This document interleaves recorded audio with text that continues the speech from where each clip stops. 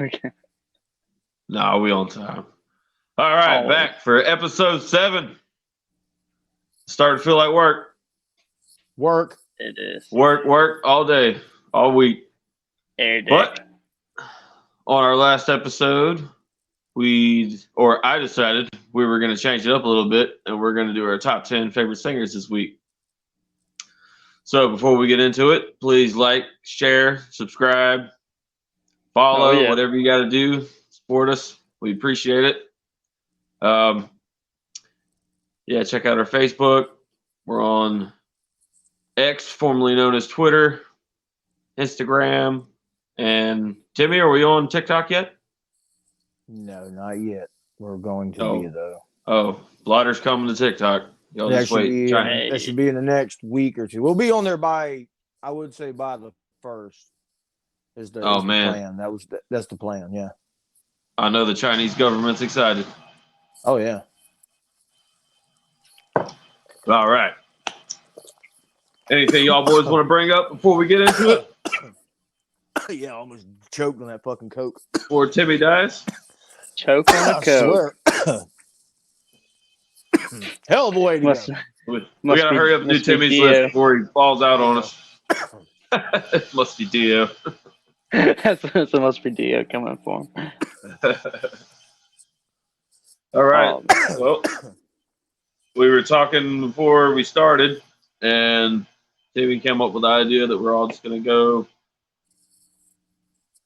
in order: 10, 9, 8, 7, 6, 5, 4, 3, 2, 1. But we'll go. What'd you say? We'll all go 10 for 10. Basically, yeah. Man. We'll go around 25.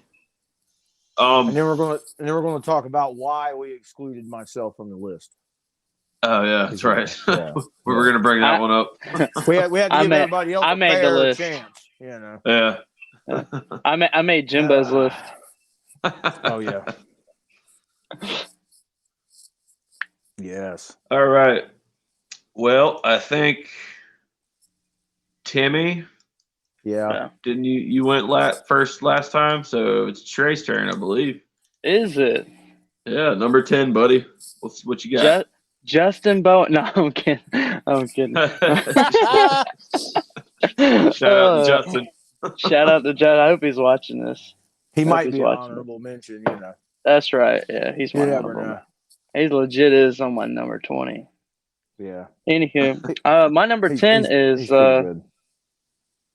I wrote CeeLo Green. Really? For my number 10. Yeah, wow. yeah. I love that dude. That dude's got a killer voice. I don't care what anybody says. I would never have guessed that. Not. Oh yeah, dude. Like ever. Like I said, man, I wrote 25 songs or song singers, so it's like, oh man. And honestly, I could flip flop any one of these. To be real with you, I listen to everything, so I just wanted to. I wasn't sure, you know what I mean, what we were gonna really, if we wanted to focus on a certain genre, but I just said to hell with it. CeeLo Green up there. I said any singers you wanted. It didn't matter. That's right.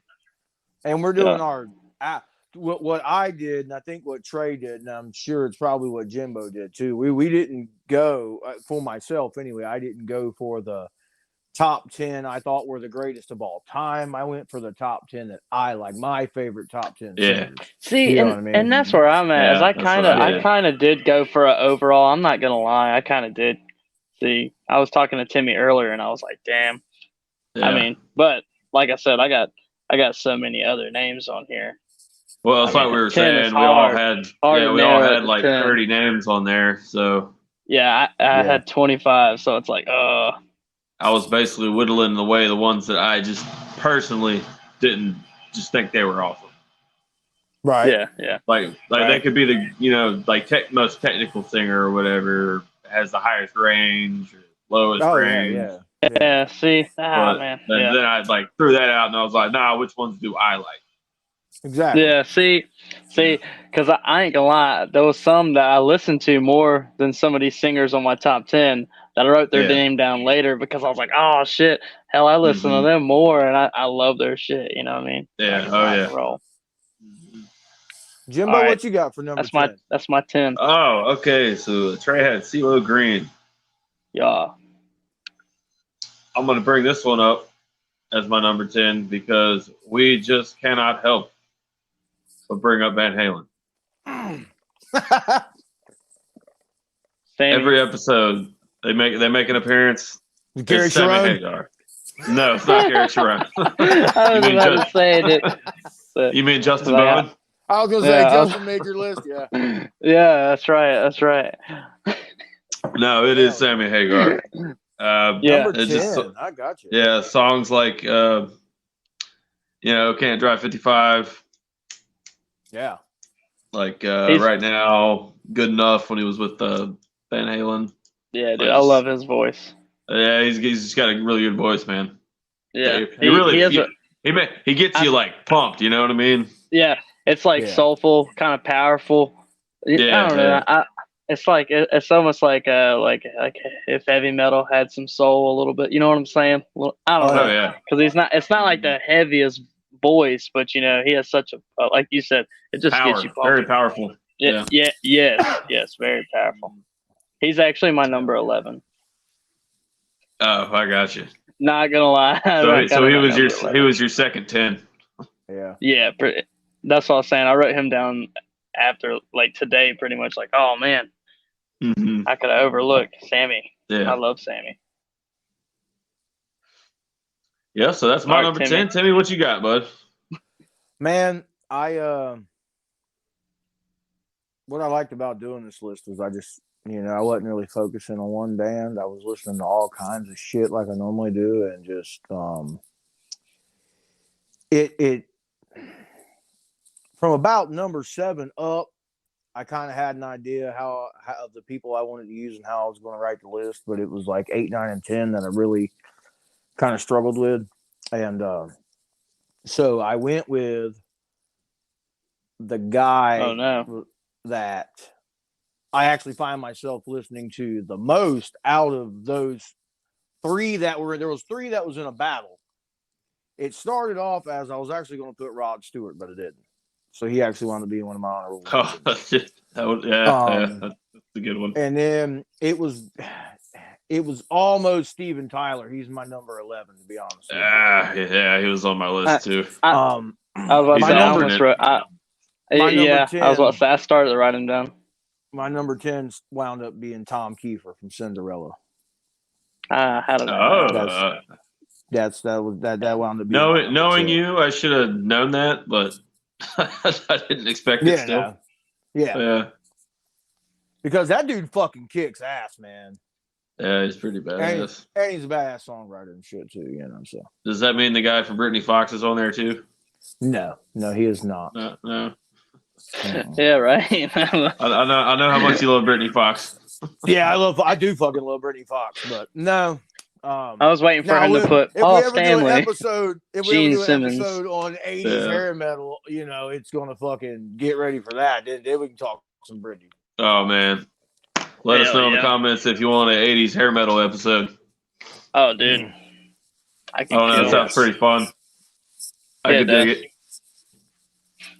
Can you dig it? Yeah. All right, Trey, what's your number 9, my friend? I put Adele for my number 9. Nice. Oh, no shit. I don't really listen to Adele that much, but like when I do, it's bangers. I fucking love Adele. Her voice. Yeah, her voice is very powerful. Adele got me missing people I don't even know.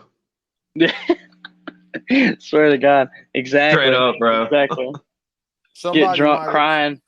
Somebody might have told Trey that you liked Adele a lot. That you quit being a Swiftie because of Adele. That's right, bro, yeah. I got shit-faced one night to, was it 21? The album 21? That was the one with Rolling in the Deep in it, bro. Dude, I got shit-faced one night just listening to that after work one night. Yeah, that album kicked ass. He said, had me crying, drunk. Oh, no, I weren't crying. I just loved it. He said, had me missing her boyfriend. I'll never forget. Oh, man. Jimbo. She had me missing her boyfriend. Yeah. Jimbo, that's how powerful Adele is. I'll Yeah. never forget the night you called me drunk as fuck, and I was like, we were talking about something. I was like, what the fuck is that in the background? This motherfucker just breaks out into like "Hello from the Other Side" fucking shit. Hey, dude, that's a great never song. forget that shit. Oh man, I don't remember that, but I'm sure. I'm sure I did it. It sounds like me. I will never forget that. Yeah. I will never forget that. That's the eulogy story, huh? Yeah, you know. About how singing Adele. Yeah. No, Adele was on my alternate list. She should be on my regular list, but I focus more on rock singers. I just kind of Yeah, you see, that's where I was getting at. I was like, man, because I ain't gonna lie, my alternate list, or like my honorable mentions, I put Miley Cyrus in there because I love Miley Cyrus's voice. I'm not gonna lie. You know what I mean? Oh yeah. You're alone there on that one. I like Miley Cyrus. I really do. I'm just weird. I'm just weird. I'm just weird about that, I guess. But that's just like, damn, what the hell is his name? Scott Stapp from Creed. Oh yeah. You know what I mean? It's like, oh, okay. Yeah. I just like I said, I jotted down a shit ton of names, like people I thought like, oh, hey, CJ Snare from Firehouse. You know what I mean? Yeah. Like those are just some honorable mentions, man. I ain't gonna lie. Mm-hmm. Just Jimbo, different names from different places. What's your number? I hear you.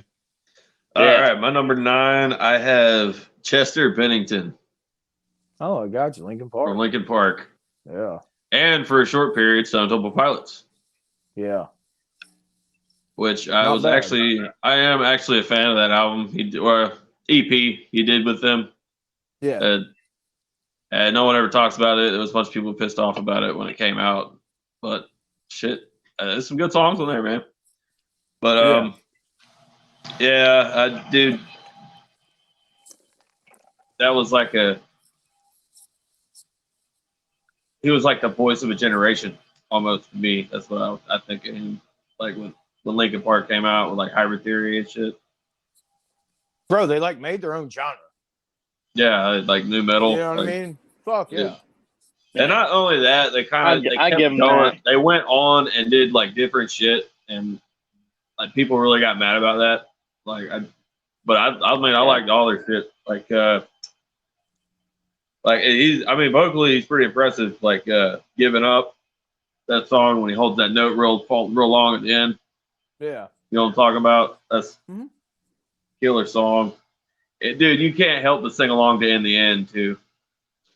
yeah. Like try That's to. True. That's true. You can't help it. I'm not gonna lie, Shannon. As soon as that shit comes on, she skips it. So I mean, but if it's me alone, whatever, bro. That shit was like the Simple Man of our fucking generation. It was everywhere, all the time. Yeah. Oh, they played it constantly. I mean, God. I'm surprised one of y'all didn't put what's his name, Fred Durst, Limp Bizkit. Fucking Jesus Christ. Jesus. Not as a singer. I'm sorry. Like no. Oh man, he's a pretty hype front man though. Yeah, I'm getting off subject. No, but that's my number 9, Chester Bennington, man. Nice. Yep. Well, that should pair pretty R.I.P. well with that should pair pretty well with my number 9. Uh-oh. What we got here, Timmy? Chris Cornell. Hey, nice, dude. Because you can't. Man. I mean, that guy just fucking. And look, and I say that because I am not a huge Soundgarden fan or a huge Audio Slave fan.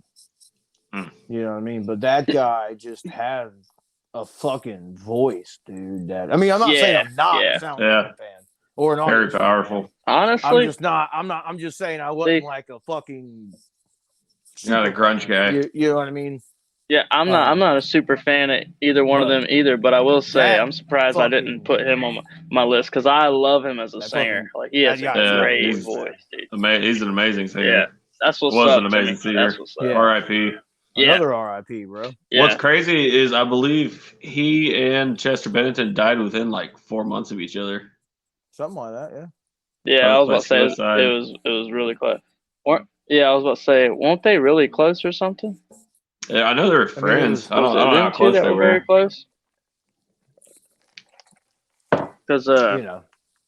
I'm not sure. shit, didn't he do the damn? Who was it? They said something about it was something like that he was a singer that he was very close with had just committed suicide, I'm pretty sure it was Chris Cornell, and dude. They were he both did that. friends. Yeah, yeah, that's what I was talking about. Chris Cornell. He did a cover of damn, I can't think of the damn name of it. It's beautiful too, man. Yeah. Nothing compares to Nothing you. compares to you.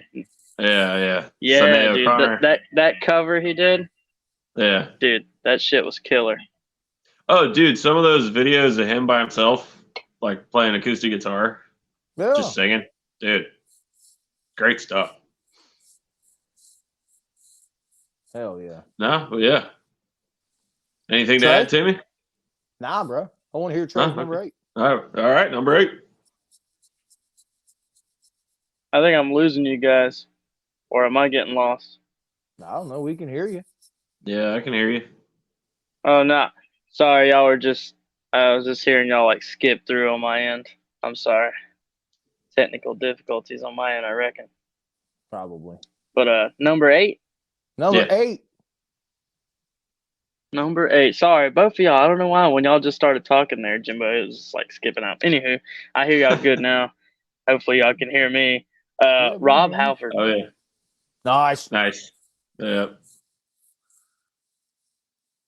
Oh no. He just going to ghost us like that? Dude, he said Rob Halford.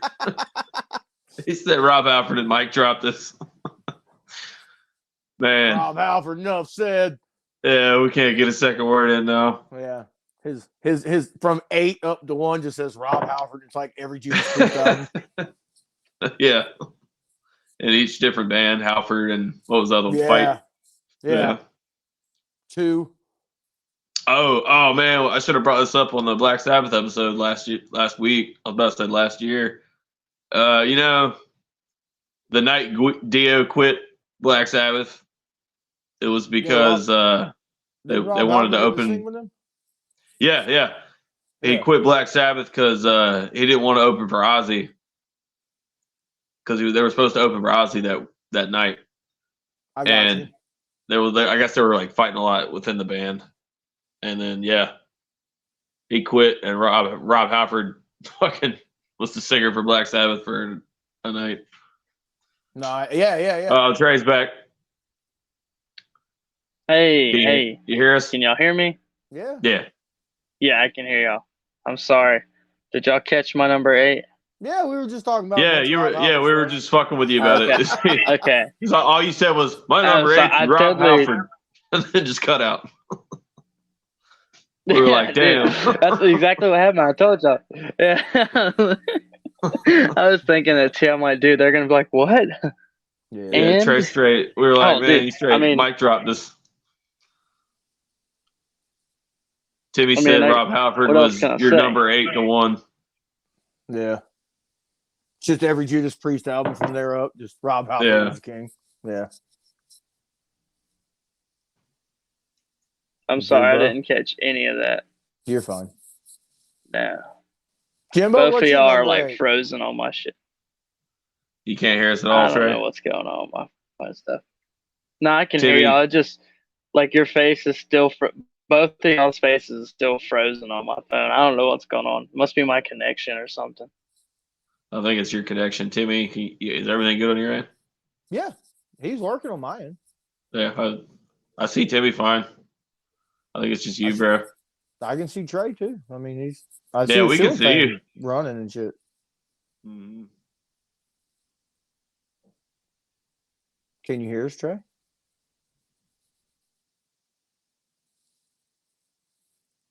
I He mean, froze. he's still moving. Nah, the fan ain't moving. Oh He's froze. shit!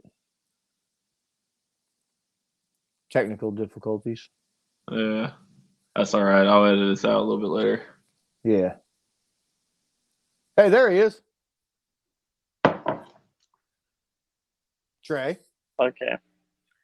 I wasn't connected to my internet for some reason. I don't know why my phone wasn't connected to my Wi-Fi Ah, in I my hear you. house. So yeah, I did that, and it was like my mobile data. I was using my mobile data, so I don't know. Maybe that's why now everything's fine. So I apologize, everybody listening, Nah, no about big all deal. that. We gonna edit it out, Trey. No big deal. Yeah. Yeah. Um, Okay. Start back at 20 minutes and 20 seconds. yeah, I got it. Yeah. All right. My number 8. Number 8, Jimbo. I was debating putting him on here, but then like I put on a couple songs and I was like, dude, that's like all I listened to when I was like in high school and shit. Like, so I had to put him on there. I got Lane Staley Oh, nice. Alice in from Chains. Alice in Chains, man. Like, just, dude. Yeah. And I was going to dinner last night, and a song in particular popped in my head, and I was like, dude, and that's what solidified him in my list. Yeah. It's "I Stay Away." When Hell when they build it up to that little acoustic, they're not acoustic. They have the strings playing. yeah. Oh yeah. Oh man, dude, it's great stuff. And then they did like Rooster. Yeah. That's Like I immediately debated what I putting him think on about there. is Yeah, I debated putting him on there mostly because I love Jerry Cantrell too, and he's the reason for that sound because with those harmonies they do. But dude, Yeah. Lane still does shine in that shit. I had to put him on there. Fuck yeah. Yeah. Yeah, that's my number 8, man. Lane Staley. My number 8 comes as no surprise to anybody. If you have a list of singers, my number 8 is Axl Rose. Because, Nice. I mean, say what you want. I know a lot of people have mixed feelings about him, like Oh now yeah. that he's getting Mhm. older and shit. I Yeah, can what, he's say like that 62. I seen them in like 2018, I think. I believe they said it sold out about 2 hours before we got there in Winston-Salem at the big ass fucking, it was like the outside. I think it was like a football stadium there, and the band in it live that did the like Crash of Thunder song or whatever it was. Lightning crashes. Okay. Yeah, those guys opened up. They did live. like an hour set. And I'm gonna tell you Nice. what, Guns N' Roses played for almost 3 hours, right at 3 hours themselves, because they were playing Paradise City and it was like midnight. Damn. Like, I'll never forget that shit. I got pictures of it too, man. It was nonstop fucking rock and roll, man. And he sounded good then. I mean, he sounded fucking great, honestly. Yeah. That was 2018. I haven't seen him since then.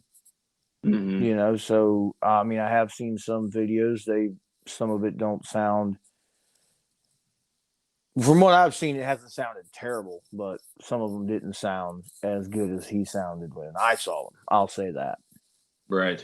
But if you're doing 3 hours every night, as a singer myself, I will say that I have had nights that I am not at my best, just because of that. I mean, goddamn, before you bitch and complain, you sing for 3 fucking hours. But you sing what he sings for 3 fucking hours. Yeah, I was gonna say and do that. day. Yeah, every day or every other day. I mean, come on now. But that guy and add some age on you. Kills, man. Yeah. Like when you listen to him, I mean, just my Michelle to fucking man, they did Hair of a Dog. I mean, come on now, fucking that dude kills. So Axl Rose is my number 8. Hell yeah. Yeah, those are the three I really struggled with. From 7 Up, I pretty much had what I wanted. You know what I mean? Yeah, he's got an incredible vocal range too. It's like 5 octaves or some shit. Like it's yeah. He goes really low and he goes really fucking high. Yeah. I think he's got the record, right? Like Something like that, yeah. I think right now, Is it like a high G or something like that, or is it a C? Yeah, I don't know. I can't remember. I seen a video. I actually did stumble. I was watching like a singer thing.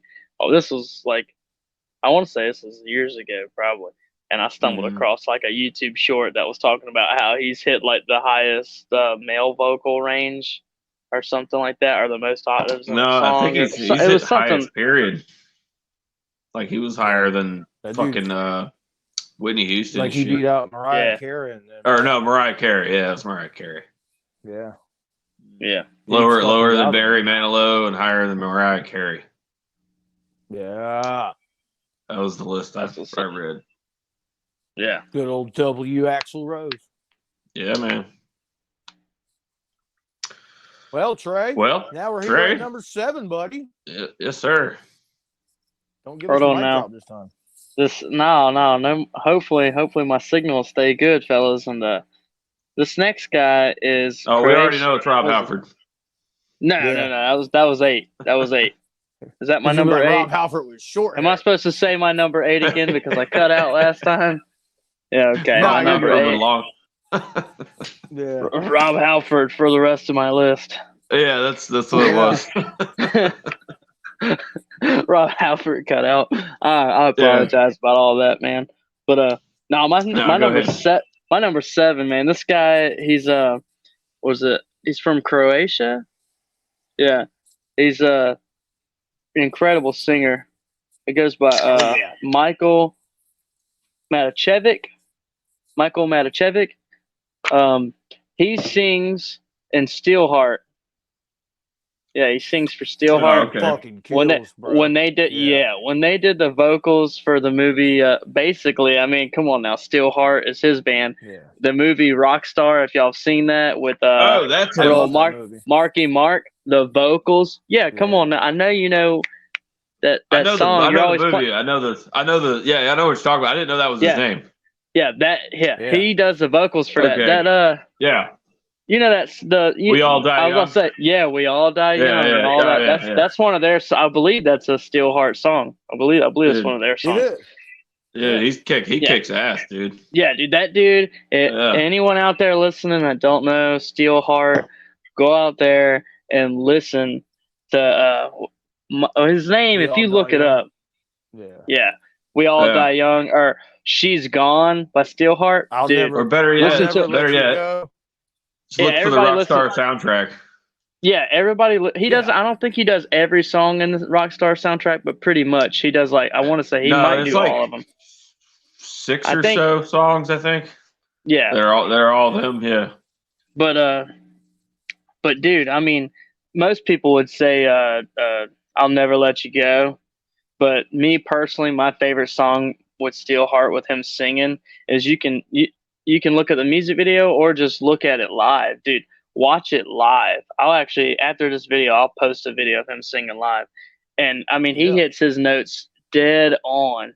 Jimbo, he will blow you away live. No, I've heard it, man. She's Gone. Hands down, dude. I'm telling you, it's unbelievable. You don't have to convince me, bro. I believe it. Fun fact, I don't think you really know. At the end of that movie, man, when Marky Mark's like on stage and he's like done with it, and he like pulls the guy up out of the audience that looks like him, the same way he got, you know what I mean? Basically. The guy that he pulls up out the audience, I believe, is actually Miles Kennedy. Really? Yeah. Yeah. Okay. Yeah, man. That's cool. Oh yeah. Those are all pretty impressive singers. Yeah. Hey, don't forget, Marky Mark was a singer. He actually sings some of that stuff. I was about to say, that's what I'm talking about. No, they're all actually pretty impressive. Yeah. Miles Kennedy. What'd you say his name was, Trey? Michael something? Michael. He goes. If you look it up, it's actually spelled. His actual name is spelled Miljenko. That's his first name. And then his last name is Matijevic, but it's pronounced Matacevic, and he goes by Michael Matacevic. Huh. Yeah, that sounds like dude, some ripping The vocals. Balkans. He's Balkan a states in Europe. Croatian. He's from Croatia. Yeah. Yeah. Killer vocals, dude. I mean, honestly, dude's got a fucking voice, bro. He could be. Oh, he for could sure. you could probably argue number one, really. And I mean, I put him at number 7. Like I said, I honestly didn't really number these people 1 to 10. I could swap them around, but that guy to me has a range, and his live performance is unreal. Dude. Unreal, dude. I've never heard that guy hit a wrong note. If you want to look him up, like during COVID, look him up during the shutdowns where he's just in his fucking, like in a room in the studio with just him, and the acoustic guitar, just fucking playing and singing, bro. Oh my Dude, god! Yeah, see, I ain't even seen those, but I'm telling you, dude is wild. It's not just that he can hit high notes. I mean, he's got a great fucking voice. Oh yeah, like it just sounds good. You know what I mean? Oh yeah. And he plays guitar. I mean, come on, dude. And he wears like the fucking Yngwie Malmsteen shirt half the time. I mean, what the fuck more do you want? You know what I mean? Walks around in his leather pants, bro. He's got it going on. You know? I mean, they made a movie about him. No, He's like star. Steven Tyler, but better, dare I say? Oops. Oh. Damn. I mean, he can give it. I feel like he can give almost any singer a run for their money. I mean, oh yeah, bro, dude, and phenomenal. And he's got that like fucking you'll hear it, man. He can do that like hardcore, just like a Sebastian Bach growl, dude. Fucking, that's what I was gonna say. Sebastian Bach. Christ. Sebastian Bach probably looks up to that guy. I mean, they're around the same time era, but I mean, dude is just and I feel like a lot of people don't know him, but I'm just like, that dude is phenomenal. I'd be hating on Sebastian Bach, but I mean, he is a good singer. Oh yeah, he's a great singer. I can't deny. I'll fight you right now. I'll fight you right now. Jimbo. Okay, there. Calm down, Trey. What is, he's my DM. I'm gonna drop your ass from this fucking podcast. Oh no, we lost Trey. What's your number? Dun dun dun. Yeah, what's your number 7? Dare I say? My number 7. Watch Dio. Sebastian Bach. Swear to God. He was an honorable mention, actually. I don't even like the guy, and I had him on my honorable mention list because, dude, he's a great fucking singer. Yeah, he's a great singer, man. Dude, that shit he did with Skid Row, man, like Youth Gone Wild and shit. Yeah. 18 in Life. That's. I Remember You. Impressive. Yeah, I Remember You. That's impressive vocals, dude. Just Monkey Business, Slave to the Grind. No one can deny that. Yeah. But my number 7 is M Shadows. Oh, nice. From Avenged Sevenfold. That guy. He is not in my list. He was one of my honorable mentions, actually. Dude, he has an incredible. He has a very good vocal range, but his delivery, I guess is what I'm saying. Dude, and he can do it. He can do like the soft melodic kind of songs, and he can go like straight on rock and roll, and then you can go to like the metalcore shit. Which I think he sounds better without the metalcore shit, but he can still do that. Dude, like on the whole Nightmare album, I thought he did fantastic. There's like a couple like slower, like piano songs towards the end of the album. Tonight the World Dies and Fiction. That's kind of my point when it like the softer songs and like Beast and the Harlot, that fucking scream right there at the beginning. Dude, he's the shit, man. Oh yeah. I love say Beast and Harlot. That's the shit. Man. I love. Yeah, man. Timmy loves that guy. He made my top 20. He just didn't make my top 10. Oh yeah. He made mine, so it's all good. I really love his like how low he went to, like in like the song G, like on their latest album. Like he the new album. It reminds me of Frank Zappa. That whole song is just got Zappa just all through it. I swear to God, dude, that was actually an inspiration for that song. No shit. I read that. Yeah, I read that Frank Zappa was an inspiration. Well, that would yeah. make complete sense. Dude, That's what's I up. don't know if you knew about Avenged Sevenfold, but they're really big on that weird shit, like weird songs, weird.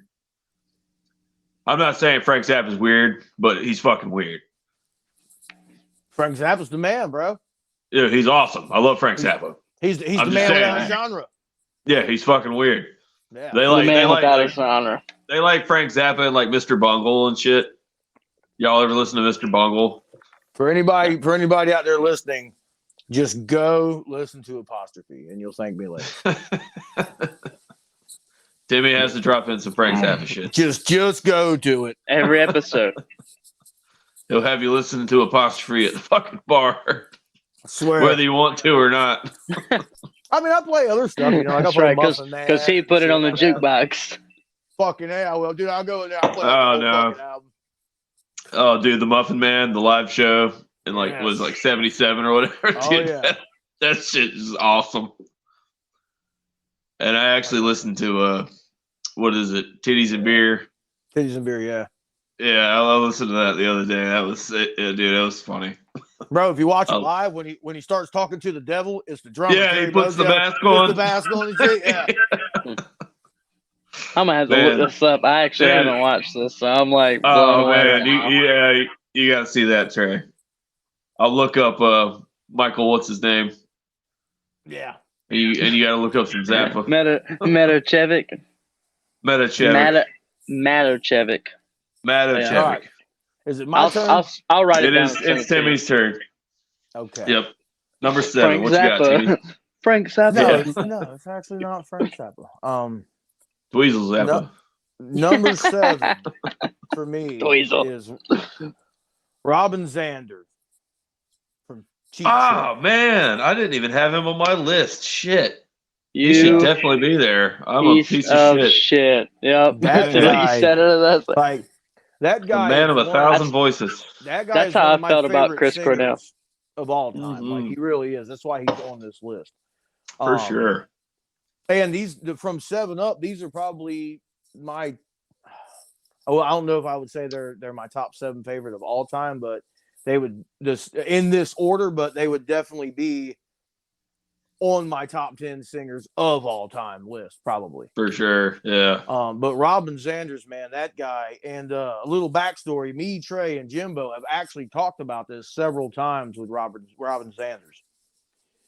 They would say the same producer that did what Motley Crue's was it Dr. Feelgood or one of them or Girls album? I thought Said it was that- Shout at the Devil. It might have been. It might have been. They said that Vince Neil would do like it would take him all day to do like one fucking song, and they'd have to chop it up and make it sound good and shit. And Robin Sanders would come in there and do like 6 songs back to back in like 1 or 2 takes Yeah. because he was Couple just hours. so fucking spot. And dude, let me tell you what, Trey was there, I believe. Weren't you there when we saw him at fucking Carolina Rebellion? I'm sorry. Say that again. I'm sorry. I was Were reading. you with me? Were you with me at Carolina Rebellion when we saw Cheap Trick? No, I missed that year. That was the only year that I missed.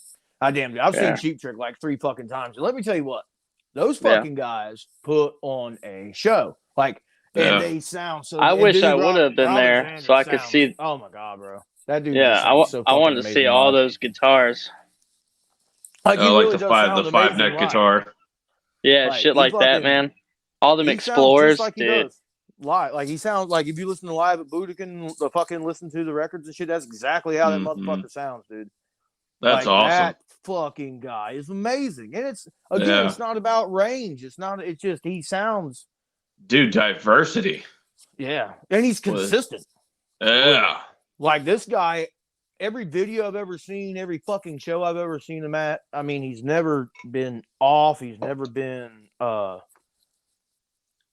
like sickly sounding. Fucking, he never sounds like he's Mhm. struggling, even though he always looks like he's struggling. I think that's just how he looks. You Mhm. know, It's I swear natural to God, demeanor. man.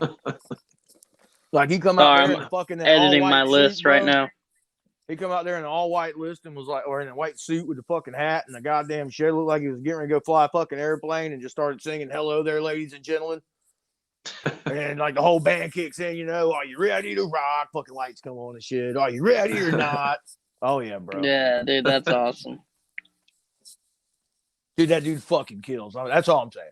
Robin Sanders, that's Awesome. my number fucking 7. Cheap Trick. Awesome. I like that one. Yeah. I can't believe I didn't have him on my list. I'm disappointed in myself. Thank you, Timmy, for showing me up. Leave it to Timmy, you son of a bitch. I'm sorry, buddy. I'm sorry. That's all right. It's Trey's turn anyway. I'm editing my list. Robin Sanders. Rob Halford. Rob Halford. That's right. With no hair. With no hair. No, Rob Halford. Or long hair. No, Yeah. Rob Halford when he was Slim Shady's dad, Eminem's dad. You know, when he had to like cut and bleach blonde. Yeah. Oh God. No, honestly, Rob Halford. I had to put him on there. I could have put some other names, but anyways, I had to just edit my list, man, and I hate to do it, but I had Dion DiMucci. Y'all probably, I don't know if y'all have heard of Dion DiMucci. Yeah. He's from the 50s. He did Dion and the Belmonts. I got you. Jimbo, you would probably know his solo stuff in the early 60s. He did The Wanderer and Run Around Sue. You know what I mean? Oh, yeah. He Keep also away wrote from a a lot of runner. songs. Yes, that he wrote he gave a for other ton. people. Yeah, he wrote a ton. I want to say it was like over 100 and Yeah, something. that guy- But I think I was back in that day, that's kind of how they did things. They would and just writing music. Yeah, and I had him at my number 6, man. But I ain't gonna lie, I just had to put this guy at my number 6, John Cafferty. If you've ever watched Eddie and the Cruisers, Yeah. John Cafferty and the Beaver Brown Band. Yeah. Dude, that dude. Okay, if you like Bruce Springsteen, I feel like this guy. I hate to say it, man, but Not really, but yeah. this guy tops that. He is like what Bruce Springsteen wants to be. Yeah. I will be real with you, man. Yeah. I do I'm not being like honest. Bruce Springsteen. I'm not a big fan of Bruce Springsteen either. To everybody out there, I think he say what you some want. good songs and shit, but I don't know. Yeah, he's got some good songs. I'm just not that big of a fan. Yeah, me and Shannon were just talking about this, and she's like, I can't stand Bruce Springsteen. Or she was saying she don't like Bruce Springsteen because I watched that Netflix document where they actually talk about We Are the World. Mm-hmm. And I was like, honestly, that's the only thing of Bruce Springsteen that I like is that him singing in that song. I like him singing in that song, which honestly it probably wasn't the best, but I just like how he sings that song. And she's over here like, I hate how he sings in that song. I'm like, dude, the one song I found that I did like from Bruce Springsteen, it was in a Sopranos episode. I can't remember. It's like I might have to look it up later. It's something to do with a state trooper or something. Yeah. State patrolman. It's sure. something I can't remember the name, but it's like just him just like strumming his guitar. Yeah. Like there's no other band. Like it's just him. But it's in a Sopranos episode. It's like the end credit song or whatever. Yeah, I wonder if it's a cover of a song called "I'm the Highway Patrol" or whatever. No, it's like I know there's an older song called like it's something to do with the state patrol or highway patrol or yeah. Shit, I know I've heard an older song, but it wasn't Bruce Springsteen that sings. Like I want to say, like it wasn't even like on an album. Like it was just some demo he did just at his house. I know he wrote 2 songs that were not hits, but people covered them and they became hits. One of them being "Blinded by the Light." You know what I mean? Really? Earth Band. Yeah, Bruce Springsteen. No shit. And it I didn't go anywhere. Yeah, and then Manfred Mann and them covered it, and it was huge. There was another song, I think it was on his first album. I didn't know that either. Same thing. Yeah. A different band had covered it. I cannot think. Timmy of loves song Bruce Saved My Springsteen. fucking life. No, I actually don't. I don't understand why they call him the boss. I think. I know. I was thinking the same thing. Dude, it's because he's from New Jersey. Yeah. It's a Jersey thing. There's a lot. I love that he's a hot rodder kind of guy. You know, I love that he's a hot rodding kind of guy, but. Other than that, they did say in that documentary that he pulled up at the recording studio in a GTO across the street. He parked across the street in a early 70s or late 60s, whatever. GTO is pretty cool. Nice. So I know a guy. But no, I know a guy John that- Cafferty. Yeah, John Cafferty. Yeah. Come on, man, we're on the list. Come on, I know a guy. No, I'm just saying, y'all were I heard talking like we stared off because I said this guy is like who Bruce Springsteen to me would want to be because John Cafferty. I mean, they made a whole movie that like then again a whole movie that's like Eddie and the Cruisers was really John Cafferty and the Beaver Brown Band, but that dude's voice to me and his like as a songwriter is just he's just great. Oh yeah. Yeah. Like I don't know. It's something about. I guess it's the way he sings his songs. You know what I mean? He might not be like the best vocal range or anything like that, but I feel like it's very like captivating. Like if you close your eyes and just listen to his music, it's like, oh hell yeah, catches you. You know what I mean? Awesome. That's my number 6, fellas. You're welcome. I was going to say, you're welcome, people out there. I know a guy that they call Jersey. And I heard a story from him one time because apparently he grew up like literally right across the street from Bruce Springsteen's mom. And she would always call the law on them from having these loud fucking parties. So the law would show up at his house, kids would get kicked out and shit, all the good stuff that happens when the law shows up at a party. So that's right. The next weekend they would all get together and just they had Sebastian Bach over there and shit, fucking, you know what I mean? They should call the law again. Then, he's like, this went on for like 2 fucking years. Did Bruce ever find out, or did he ever stop by? Yeah. It was like a whole fucking thing. Yeah. Fucking.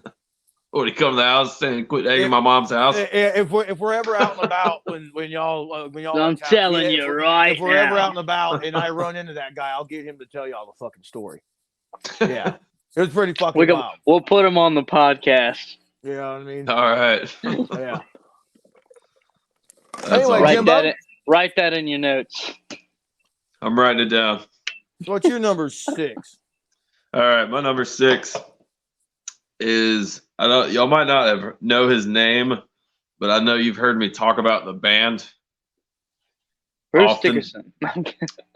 No, his name's Nick Barker, also known as Kinetic. He's the singer for the band 12 Foot Ninja.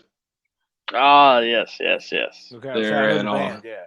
No, exactly. For anyone that doesn't know, they're an Australian band, and they have a very diverse range of just like genres they throw in songs. It's fucking crazy, honestly. But I just really love the dude's voice. Like that dude can sing like a motherfucker. Kind of the same as like M Shadows. He has a very diverse delivery. Like he could do like slower songs, but it's very full, deep voice. Songs like there's one on their is it still a debut album if you have a few EPs before that? I guess. Okay, well then on their debut album there's a song called Liberation, and that's kind of what I mean. It would explain. Right. Like, the delivery I'm talking about. I believe he actually quit 12 Foot Ninja, and they're on hiatus right now. I'm pretty bummed about it. But I do know they're supposed to be working on an acoustic album. Awesome. Like another band I know. Yeah. And they put out one single from it, and he's still singing on it, so maybe something will work out. I'm hoping it does. I think one of those bands are pretty close on putting out their acoustic album, though. Are they? Yeah, I heard they had one come out the other day. An album? A song. Oh yeah, they did. Mm-hmm. Haven't heard of them. Yeah. For anyone that can't pick up the hint, we have a new album coming out. That's right. That's right. Oh yeah, and I love it. I'm actually very proud of this album that we're writing. Yeah. It's yeah. Been pretty fun making it. Oh fuck yeah. I've had a great fucking time. Enjoyed throwing out the acoustic shit. Yeah. Hell yeah. I love it. My number 6. This has been What's your one of my number favorite 6, bud? singers. This guy has just a beautiful voice, man, and Oh, it's me. he's a hell of a singer. Justin. And his name is Justin. Justin. Nah. Yeah, no. Paul Rogers. Oh man, I didn't have him either. Shit. What Paul a Rogers. piece of work, dude. That's it. I'm stopping the show. We're gonna fucking redo these lists. I can't live like this. All right. I'll be Paul on this Rogers whole video of, now. Damn. Bad Company. Well, and Queen. That- for a little yeah. while, but yeah. Yeah, I can't Damn. believe I don't have him either. Man, he Paul- should definitely Paul be Rogers. on my fucking list. Shit. Yeah, I'm upset Dude, now. I love that fucking. I like Free. I love those free. Dude, those Free albums kick fucking ass, man. Dude, Free. Bad That's what I was Company, gonna say. I mean, just Oh yeah, it Bad just- Company's great, but I love the shit he did with Free. even when he sang for Queen, bro. Yeah. Live, like when he did the Queen stuff, dude. It's fucking amazing, man. That guy's got a gorgeous voice, and I mean, you know what I mean? Like it's fucking yeah, dude. Yeah. Oh, His did voice you know- spawned, dude. His voice so- spawned a whole generation. He had like Literally. I learned. this, Feel like making love. Yeah, dude. You know how many Hey, babies were conceived because of I that song? I learned this like two or 3 days ago. He was actually doing an interview on. I love that song. I can't remember what the fuck it was, but he was talking about his exit from Queen and why he didn't continue is because something about like with the downtime and shit. He had something like 12 mini strokes back to back, Oh and shit! then had an actual Jesus. stroke, and then like a fucking heart attack and shit. And all this What's shit. going He's doing on, good man? Now, but Jesus, I man. feel yeah. You know, I so think it's like, I'm having yeah. a stroke. dude I feel like like making love. dude was like, riding around in a fucking, just driving the hearse without going to the graveyard there for a little while. I mean, Hey, man. I mean, Man. him and the Reaper are boys.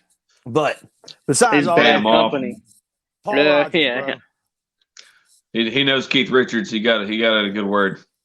And he plays piano, you know what I mean? And the dude's a badass piano player. Oh man. Yeah, He's a very good musician for sure. yeah. He's the real piano man. Fuck you, Billy Joel. I was That's right. literally just thinking of that when you said that piano man. I love Play Billy me a Joel too, man. song, Yeah, piano Billy man. Joel's the shit. He just ain't on my singers list. Yeah. We start talking about songwriters and shit, then I'll talk about Billy Joel. Yeah. I love me some Billy Joel. I was actually thinking about that while I was thinking up my singers. I was What, like, songwriters and shit? I was like, Yeah. it was kind of like part of the factor. And you're like, do they write songs? Yeah. You know. And then I was like, I guess it doesn't matter. I had to throw that out too because I'm just doing the song. The singers I like. That's what I was trying to do too. Yeah, had to realign. Oh yeah. Trey, what's your number 5, buddy? Yeah. All right, top 5. Dun dun dun. I mean, a lot of people might say something about this name, and honestly, I don't know how I feel about this name, but I've been jamming. I've been hearing her music a lot on the radio lately, and just everywhere, and it's ridiculous. But I love her voice, and that's Cyndi Lauper. Oh, got you. Yeah, Wow. dude. Yeah, dude. I'm telling you, I've been jamming. I've been jamming to her. I know. I think her music. I probably can't was, name nothing right now, but I think her singing voice is a lot more attractive than her normal voice. yes. Well, that too. I'm not a Yes. big fan of Cyndi Lauper. I hate to tell her voice is so annoying. Dude, I was it's that watching- really I was watching- thick fucking New York accent, man. I was watching that. I hate to say it's almost like you're. I don't want to say it. You can't say somebody's pretending, but it's like, oh god. It's It like she is. tries too hard. Yeah, and Yeah. it's like I can't tell if she's being serious or just kidding. Which I don't know. I'm a goofball myself, so. Hey, But, like I said, I watched that "We Are the World" documentary, and she's on there, Oh, man, and it's God. pretty. Dude, it's pretty cool though. This guy is just stuck on the "We Are the World" documentary. Dude, It it was changed his pretty cool. life. Dude, I was watching it, That's what it and sounds like. they did all of it in one night. Yeah. After the CMAs or whatever, the award ceremony. But I was just laughing because they were talking about, they were trying to do the chorus where they all sing, Yeah. and I think it was shit. Is it Stevie Wonder? One of them was saying, I think we should sing this. We should sing this in a different language. And they were all looking at each other, and they were trying to get people to sing with them. And out of nowhere, I didn't even know Waylon Jennings was there. Waylon Jennings just put his hat on and walked out. I was like, what a savage. Outlaw country. Yeah. He's like, ain't no country boy ever sung in whatever language that is. I'm out.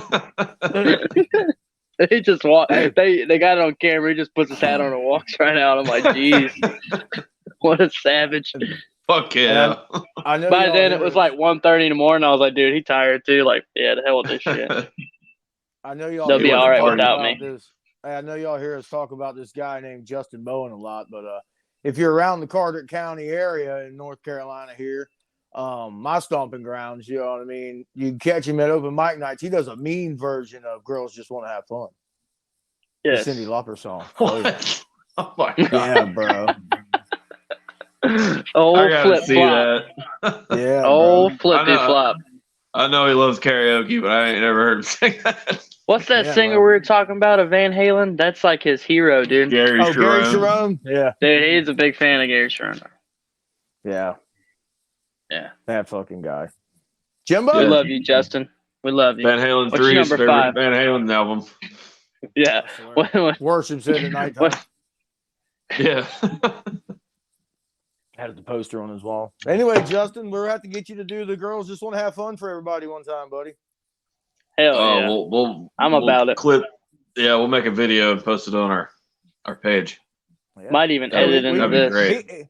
He ain't even got to do it in public if you don't want to. We'll just have him do it at the studio. You know what I mean? That's what I'm saying. We'll edit it and put it in one of our little clips. We'll just pop up out of nowhere to be Justin. Yeah. Mm-hmm. Jimbo, what's your number 5, buddy? Number 5. This one, honestly, I could probably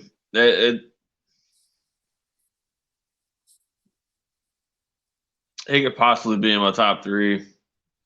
At number 5, I have Jim Morrison. Nice. The Doors. Yeah. The Doors. I didn't write him down. I don't think Timmy wrote him down either. I've always loved Jim Morrison's voice, man. It like taking out the whole like, you know, I'm the Lizard King shit. Yeah. Fucking like all the crazy stories and shit, dude. That motherfucker could sing. Like that was a voice, man. Yeah. Like Break On Through the Other Side. That's all that's been playing in my head since you said love his that name. fucking song. As soon as you said his name, it was yeah. Oh, fucking who was it? Jack Black was on one of those talk shows, and they had Bobby Krieger, the guitar player for the Doors.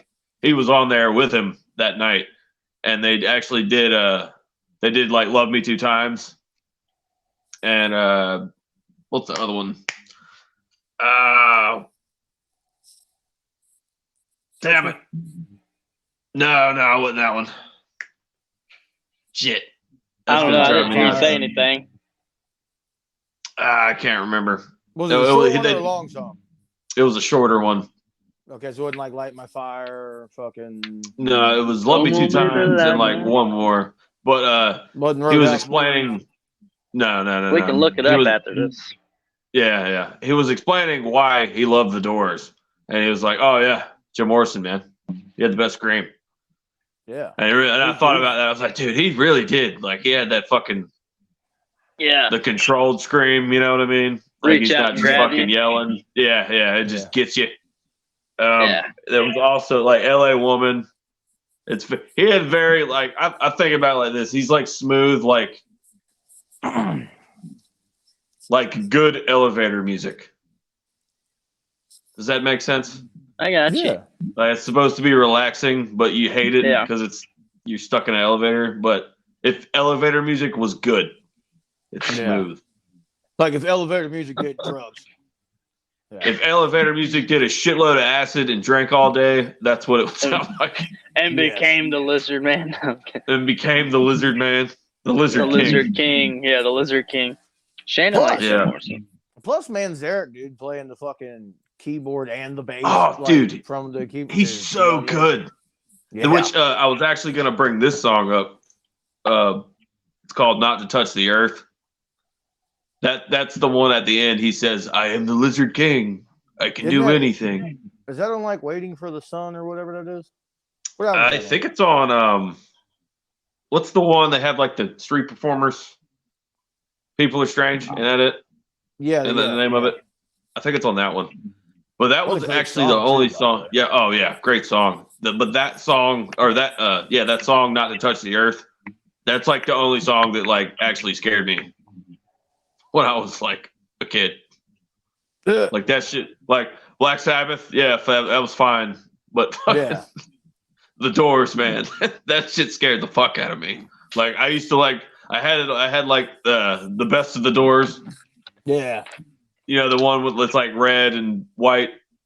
Yeah, I got the same one. Yeah. It was on a fucking tape, and I'd put it in there. And I'd be so scared of the song, I'd like fast forward through it. You know, the old school skipping a song. You had to fast forward a couple minutes through the fucking. Yeah. I'll never forget that. But I love the song now. But it goes to say about what I said about Jim Morrison, man. Very like that song. Does it ever still creep you out from time to time? Yeah, I listened to it last night. It still creeped me out. I was like, "God damn, it's so good." Jimbo's like, "I'm a fucking adult. I shouldn't feel like this." What the fuck? Yeah. Or I was looking at his pillows and shit. Mm-hmm. Tell you, man. Oh yeah. Yo, Trey. Hey, Timmy. Yeah. Can you hit your? I got you. Yeah. Yeah. Oh, he said, "Yo, Timmy, what? What's up, buddy?" I was gonna say, what's your number 5? Oh, yeah. Oh, I didn't. Yeah, buddy. Let's hear it. My number 5 has already been mentioned in one of y'all's or in Jimbo's list. I know for sure. And that is, I put him a little higher on my list because that dude fucking kills. And this motherfucker shot me in the chest with a fucking streamer. And I blame him because I was at Carolina Rebellion. I was watching them live. And when he went to go step up by the monitor, it was him and there was like a cameraman because, you know, they do like the screens. And it wound up pushing like 2 or 3 of them streamer cannons down. And when they went off, that motherfucker hit me. I still got it because it's still like balled up and there's like a 25-foot trail behind it. Because it's supposed to go up and then just like, you know, it all rolls out. Yeah, expand. No, this motherfucker come through the crowd like a goddamn bullet, bro. Hit me right in the fucking chest. And that is Sammy Hagar, bro. Oh, shit. Fucking I thought it was. Damn. Yeah. I didn't know that. That's awesome. I didn't know Sammy Hagar shot you in the chest. I didn't either, dude. That's like. Yeah. Fucking ass. How was that? Still got it, dude. Timmy, how was this not brought up during our Van Halen episode? I do not know. How is it not brought up during your because we best were talking, concerts, live concerts? Right? That y'all did when I was absent that one time? I mean, terrible, dude, bro. There's just so much shit that has happened. Over his head. Yeah. You know? There's just so much shit that has happened, buddy. If I could rewrite this number 10 list, I would. I was going to bring it up when eventually we talked about, because we were talking about splitting, like coming back and talking about Van Halen and doing like Dave era and Sammy era separately. Same thing with Sabbath. Yeah. I'm doing Dio and you know what I mean? So I was going to talk a little bit more about it. Yeah, I was going to talk a little bit more about it then. Glam Terra. Why not tell y'all that this motherfucker shot with me Terry with Glaze, a fucking streamer, bro. Yeah. No, that's funny. That's what's up. That is cool. You've never told me that story before. That's fucking great. Me neither. This is the first time I heard it too with everybody else. First time I've ever heard that. Seems like something you would have told me. Are you making this shit up? No, bro. That's Lydia. I still got that shit, man. It was at Carolina Rebellion. Swear to God. She died laughing. If I'd have moved, I bet she did. Hit her. You know what I mean? Oh man. Oh, now Timmy's trying to turn into it was heroic. No, I'm just saying, like, if I had moved, like, you know. I don't know. I still Yeah. don't know how I took fucking that it shot didn't from hit Sammy for you. anybody. I didn't know how it didn't hit anybody in front of me. Is what I Right. didn't. I They couldn't all figure jumped out. out of the. It really wasn't going that Just- fast. Bro, Jumping out the way. It was going fast enough to leave a fucking bruise. Like, and I wasn't like dead. I wasn't at the front of the fucking stage, bro. I was like 25, 26 people back. He said it knocked the wind out of him. You know what I mean? Oh, it was one of them. It was one of them motherfucker. You know what I mean? Damn. And I picked it up because it's still about that big around, bro. I got it in a box, and there's about, I'd say, a good somewhere between 12 and 20 foot of streamer behind it. I hit him so hard his shoulders clapped. But let me tell you, It'd be funny as hell. I shot you in the face. You gave me dude, black that same night, we fucking I have a glass eye because of Sammy Hagar. Scorpions, but it was so fucking crowded right there where the concession stands were to get through to the other stages. Me and Lydia said, "Fuck it," and we got on the Ferris wheel. So we was like top of the fucking Ferris wheel, how they load people. Mhm. And the Scorpions. Hold on, playing, Timmy. Oh, sorry, I didn't mean to stop you, but I was thinking. I think you're thinking of that. I don't think because I was there that when the Scorpions played because I got on the Ferris wheel also with us? when the Scorpions played. Not but I was in a different seat on the Ferris wheel when the Scorpions played. Oh. I was about to say, I think that was a Carolina. that was a different. That must have been the one that I missed that Sammy Hagar played at because I don't remember seeing Sammy either. Yeah, it was. That must have been the same one. That must have been the one with Cheap Trick. Yeah, yeah. It was. Because I was about to say, I think it was the following year. I'm sorry for ruining the story, but I was like, that must have been the next year because. Well, then Trey was there too. We got to watch fucking Rocky Like a Hurricane from the fucking Ferris wheel. That's what I was gonna say. Yeah. There was no way we were making it to the front because I can't remember who played. Yeah. There was no. Who was way it? You were making was it Rob Zombie that just played? No, it was when the night the Scorpions played. It was like fucking. Who played before them? Somebody played on the other stage. So everybody was there. Those wasn't it Disturbed? It might have been Disturbed. That was when like they just come out with that the Sound of Silence was like huge. Yeah. So everybody was there. Those were the last two. So everybody was either at one, and then as soon as Disturbed stopped, everybody else, there was already people over there waiting for the Scorpions. There was no way we were going to make it to the Scorpions. So we were like, the hell with it. Let's get on the Ferris wheel. You know what I mean? So, we got to watch Rocky Like a Hurricane, and it stopped right at the top when everything was going off, boom, when they're doing the guitar solos and shit. It was cool as hell, man. Super cool. Yeah. I got the same story, same experience. Fuck that was dope. and then after that, we got off Ferris wheel. We're like, let's hit the road. Yeah. There's no way we're gonna get out of here if we stay all night. Hey Trey, that's the same weekend we had the corn dog incident. That's all I was gonna say. Yep, corn dog. Yeah. That's another story for another podcast. Yeah, when we did our live show episode. Yeah, if I would have been on that one. No, we started talking about the corn dog. We're like, no, we'll let Trey tell that one. Yeah. Oh, God. I thought about eating a corn dog the other day, but then was like, I'm at Walmart. Better Still not. Can't do it. Yeah. Better not. I'm Trey, too far from the house. What's your number 4, bro? My number 4. Or no, it's Trey's number 4. Yeah. My number 4, buff. Watch yourself. Back up. My number 4. His number 4. Sorry, I'm snacking. What the fuck? You gonna hold us in suspense? Yeah. Somebody that y'all love dearly. He's got to build up and say, he's got to build up. The Man in Black. Ian Gillan's album with Black Sabbath. Come on now. Mr. Johnny Cash, huh? Yeah. Johnny Cash. Johnny Mofo Cash, man. Yeah. The man. Yeah. The Man in Black. Yeah. I think I'm going to get Johnny Cash tattooed right there. Dude, there was a UFC fighter that had him tattooed on his arm. Hell yeah. I can't remember who it was. He had it on his shoulder right there. I remember seeing that shit. I'm going to have to look that up. That's dope. Yeah. Probably stupid. That's probably the worst picture of Johnny. I think it was stupid. Yeah. It would look like that, yeah. When you put your face in real close to the camera. Yeah. It looked like that. Yeah. It's that one where he's really fucked up. Yeah. You know what I'm talking about? That same photo. Yeah. It's like I got the poster. stretched. Yeah, it's stretched out. Yeah. I know. I know Yeah. exactly what I want. Yeah. I mean, dude, Johnny Cash is just. I don't know. I know Shannon was like, Johnny Cash is great, and she's like, Johnny Cash, really? That was like one of the first names I spit off. Like, that's actually the first name I wrote down was Johnny Cash. Nice. When we were like, we're doing top 10 singers, I wrote him down on my page because he has such a unique voice. I feel like, and I've heard shit growing up. People are like, Johnny Cash can't sing. All he does is talk when he sings. But it's just like, I don't know. No, It's he very, does sing.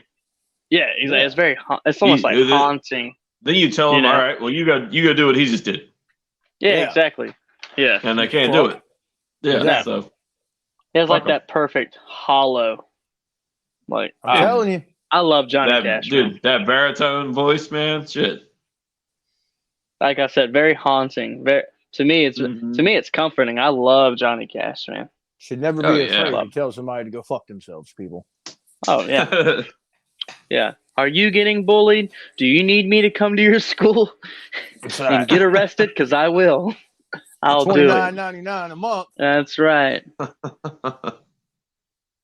That's right. That's not my number 4, fellas. That's a good one. Yeah. I'm not a boxer, but I'll be the next. I'll get Johnny tattooed on. Yeah, if Trey beats your bully up and gets bloody, he's gonna wipe his blood on a towel. We sell them towels for $20 a towel. You pay shipping. Just throwing that out there. Yeah. Yes. Anyone that wants a bloody towel, let Trey know. A bloody Trey towel. Shoot me an email.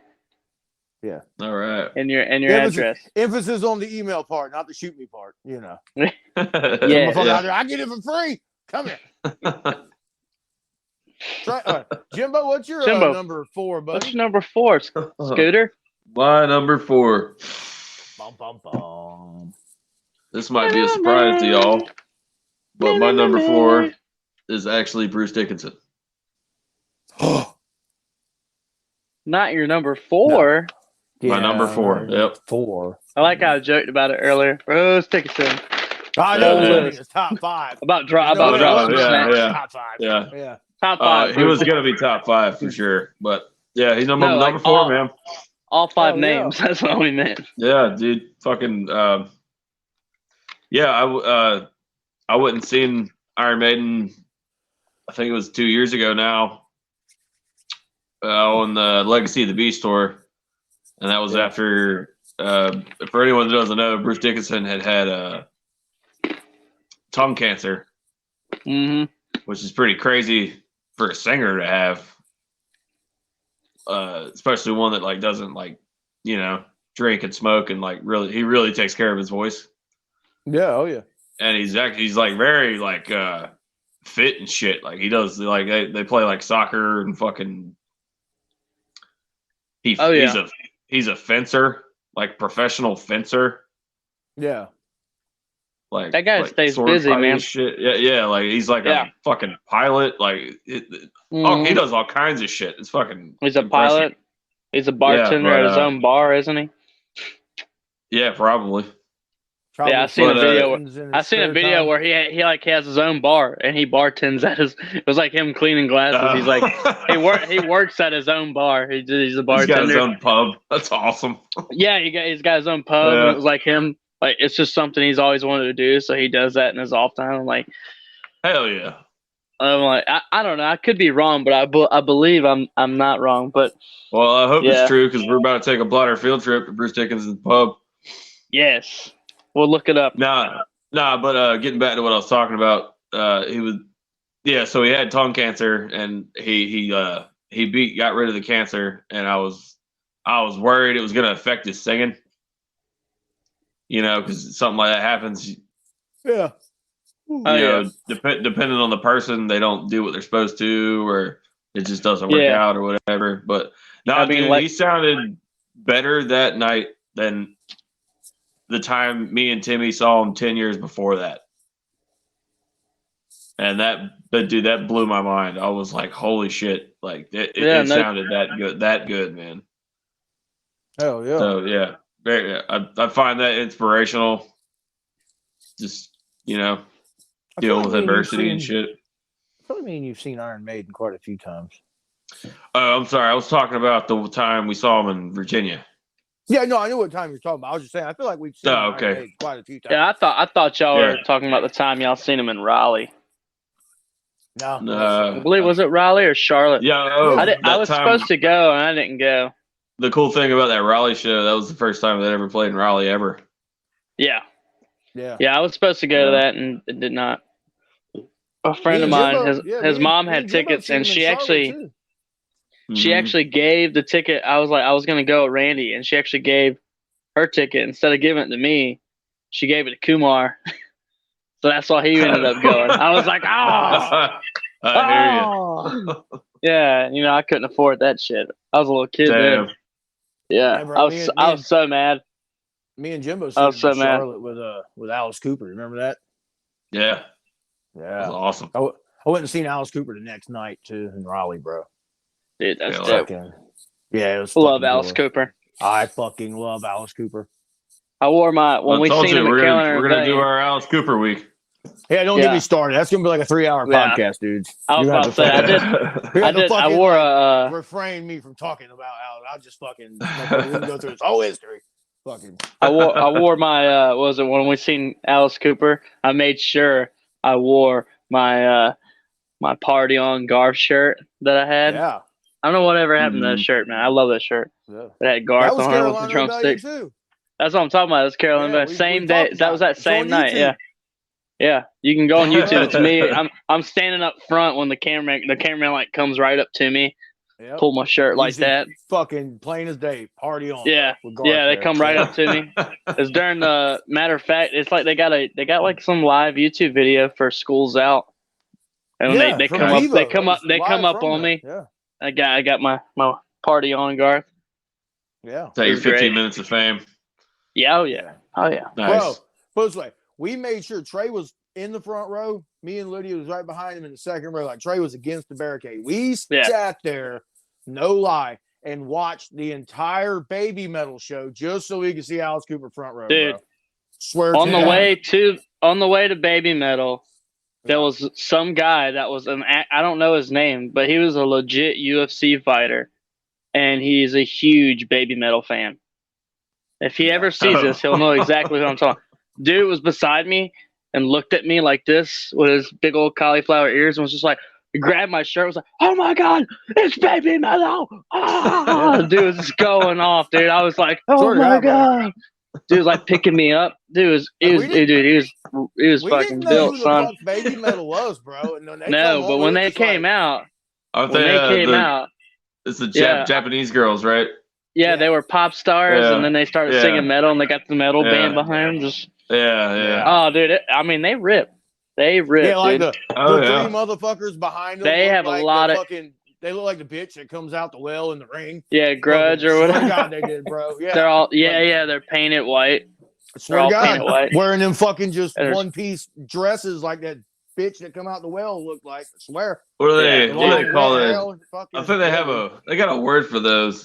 It's like a demon, Japanese demon, yonkai or something like that. Demons. Yeah, something like that. Yeah, it's something like that. I'm about to say if Shannon was awake, I'd ask her. I think it's yonkai or something like that. Dude, I got to hang out with fucking Ricky Rockman in one of them fucking Carolina Rebellion things. Ricky Rockman? Ricky Rackman. The dude that did like the headbangers and shit. Yeah. Oh, I thought you said Ricky Rocket. No. Haven't got to hang out with Poison drummer yet. No. Drummer from Poison. Hell yeah, that's what's up. Whose turn is it? It's your turn. It's your turn, Timmy. That's how I'm looking at my list. It's your number 4, buddy.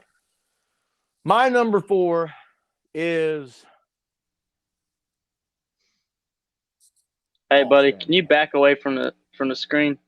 Nah, bro. I had to get very intense. To get intense, I had to get up close and personal with the Paul Stanley. Paul Stanley, bro. Paul Stanley is my number 4. And that was taking out the frontman thing. That was taking out the songwriting. That was taking out the kick-ass costume. Fucking man.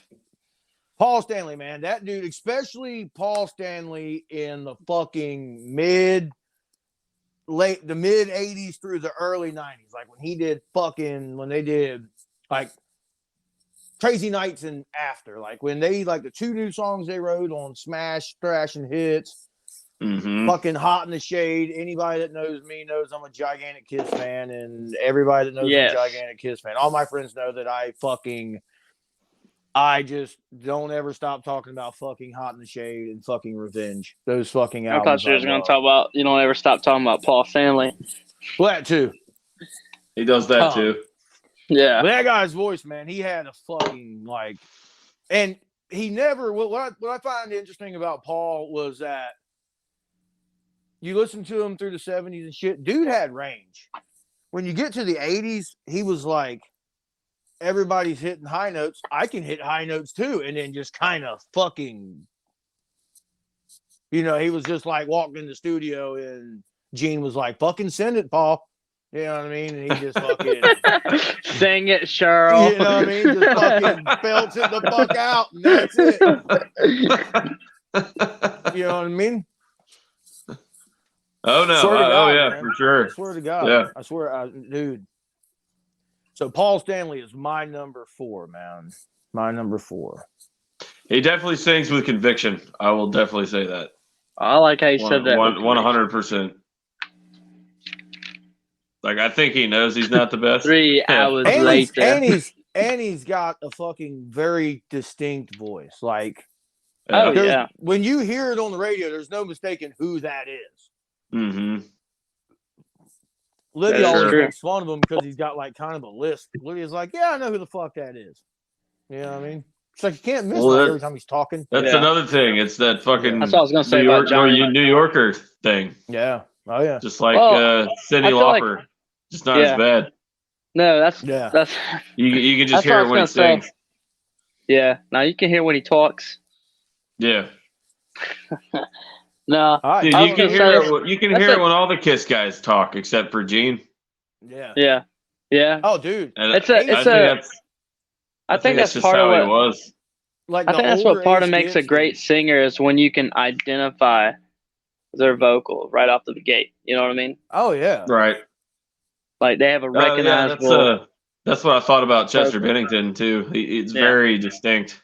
Like it's him. Oh, yeah. Like as soon as you hear that note, it's like that's him. That's her. You know what I mean? On the Paul Stanley thing, other than Paul, I mean, yeah, Ace has a very distinct voice, and Gene has a very distinct voice. I like too. Ace. Mm-hmm. But I will say this: out of the 4 original Kiss members, I think that behind Paul, I would probably have to put Peter because he has a fucking amazing voice. It's just not showcasing. That's my favorite vocalist and Kiss. That dude, Peter is there, bud. Thing, you know what I mean? Yes. Yeah. I tell Shannon that every time I hear either one of them. I'm like, I'm telling you, I get them mixed up, and I don't know. It might just be me, but I feel like they're very close in the way they sing. The way Peter sings, but Peter is definitely my favorite Kiss singer. Yeah, I've actually noticed most of my favorite Kiss songs are sung by Peter Criss. Yeah, I mean, Hard Luck Woman, Hooligan. So Dirty Living. Dirty Living. I don't want to go down the Kiss rabbit hole too far, but I will say this: Hard Luck Woman, Paul Stanley actually wrote for Rod Stewart. Yeah, and the record company and Gene actually told him to keep it, and he was like, man, Pete has that voice. Let Pete sing it. That's why Pete sings Hard Luck Woman. Yeah. That song was actually written for Rod Stewart, bro. Yeah. My point exactly, dude. My point exactly. I'm glad somebody else said that before me. Yeah, so Paul Stanley, my number 4. All right. Number 3. All right. Down to top 3. Trey. Uno, dos, tres. Almost an hour and a half in. Man. I'm telling you, it's going to be a long episode. Trey's over there wiping his eyes. I'm tired. Okay, let me tell you. Let me tell you. All right.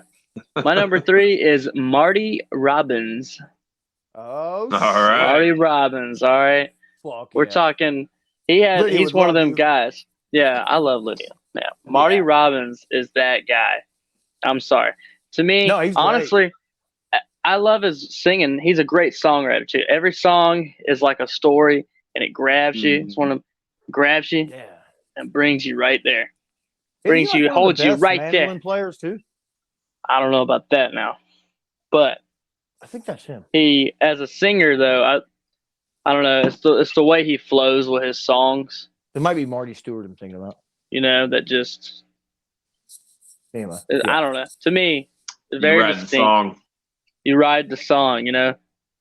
Na, na, na, na, na, na, na, na. If anybody don't know, he's like it's old Go school. He look was him up. actually Yeah. go look him up. He's old school country, but he was also, I believe, the first artist to win an award in pop and country, like two different hell yeah. genres. Nice. Yep. Better. Because he did the Cool. what is it? Oh, white sport coat, and I can't even remember the rest of the lyrics. I'm a terrible singer. I can't. I'm terrible. I'm terrible at lyrics. And I think it's Pink Carnation. I'm not sure. Now This I have guy to look got it up into because it, I'm dancing and everything. I was right there. Oh, white sport coat. Can't remember the rest of the lyrics. I think it's Pink Carnation. A pink car. Anyways, Well, all I'm guess what? telling It's Pink Carnation right now. Pink Carnation. And go look at Marty Robbins, bud. I'm telling you. I mean, Hey, Trey. That's a good one, man. gunfight, that's a dude. good one. I love Yeah. Marty Robbins, dude. That's like hell of a top 3, dude. Fuck yeah. Yeah. I could like literally. I'm telling you, Marty Robbins is damn. Yeah, he's great. Oh, just wait until you hear my other two.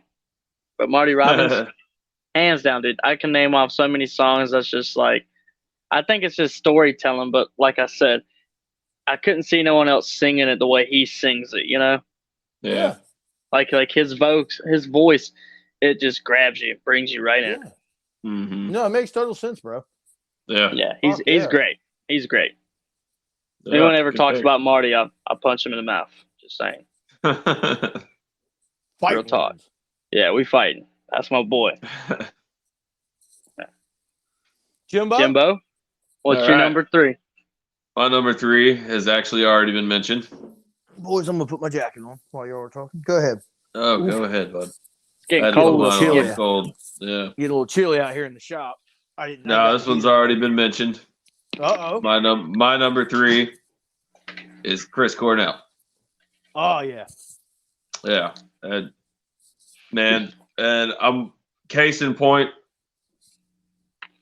the song Hunger Strike. Temple of the Dog. Temple of the Dog. Yeah. There, that For you anybody hear that know, song. tell them about Temple of the Dog, Jimbo. That song Temple stuck of the in my head now. Dog. Temple of the Dog was a band that was started by what eventually became both Pearl Jam and Soundgarden. It was more of like a tribute to the singer of the band before that. It was called Mother Love Bone. Yeah. The singer, I can't remember his name. It Yes. escapes me at the moment. But yeah, he died. And what's his name? Jeff Ament, I believe, the bass player, and Steve Gossard, I think his name is the guitar player for. They Pearl both play in Pearl Jam. Yeah. But they and Matt Cameron, I think, was the drummer. And I think I think it was him, and he played for both Pearl Jam and Soundgarden. But Yeah. anyway, they did that album as a tribute to that guy. I can't remember his fucking name. I can't Yeah. either. Yeah, You're a piece of work, Jimbo. Yeah, I've forgot all kinds of shit this podcast, Yeah. but yeah, Can't believe that. You gotta Chris take Cornell notes. sang on that, and they also got Eddie Vedder in that. That was Yeah. that's how they became Pearl Jam. Yeah, Yeah. man. But yeah, dude, Hunger Strike. The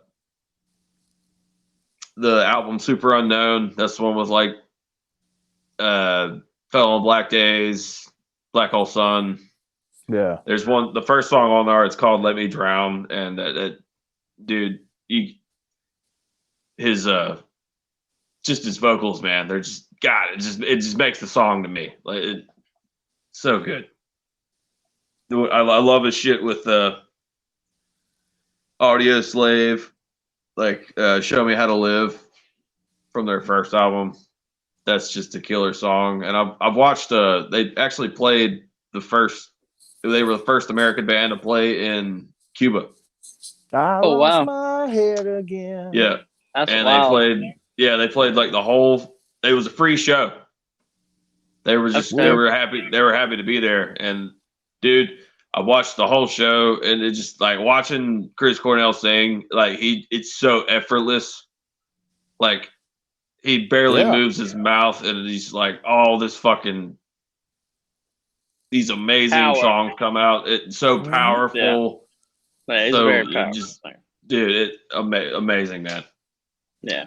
I can't say enough about Chris Cornell. Heavy And like I said is earlier, the like his just sitting on a stool playing acoustic guitar singing by Yeah. himself, Yeah, man. like Yeah. insane. Would you lie for me?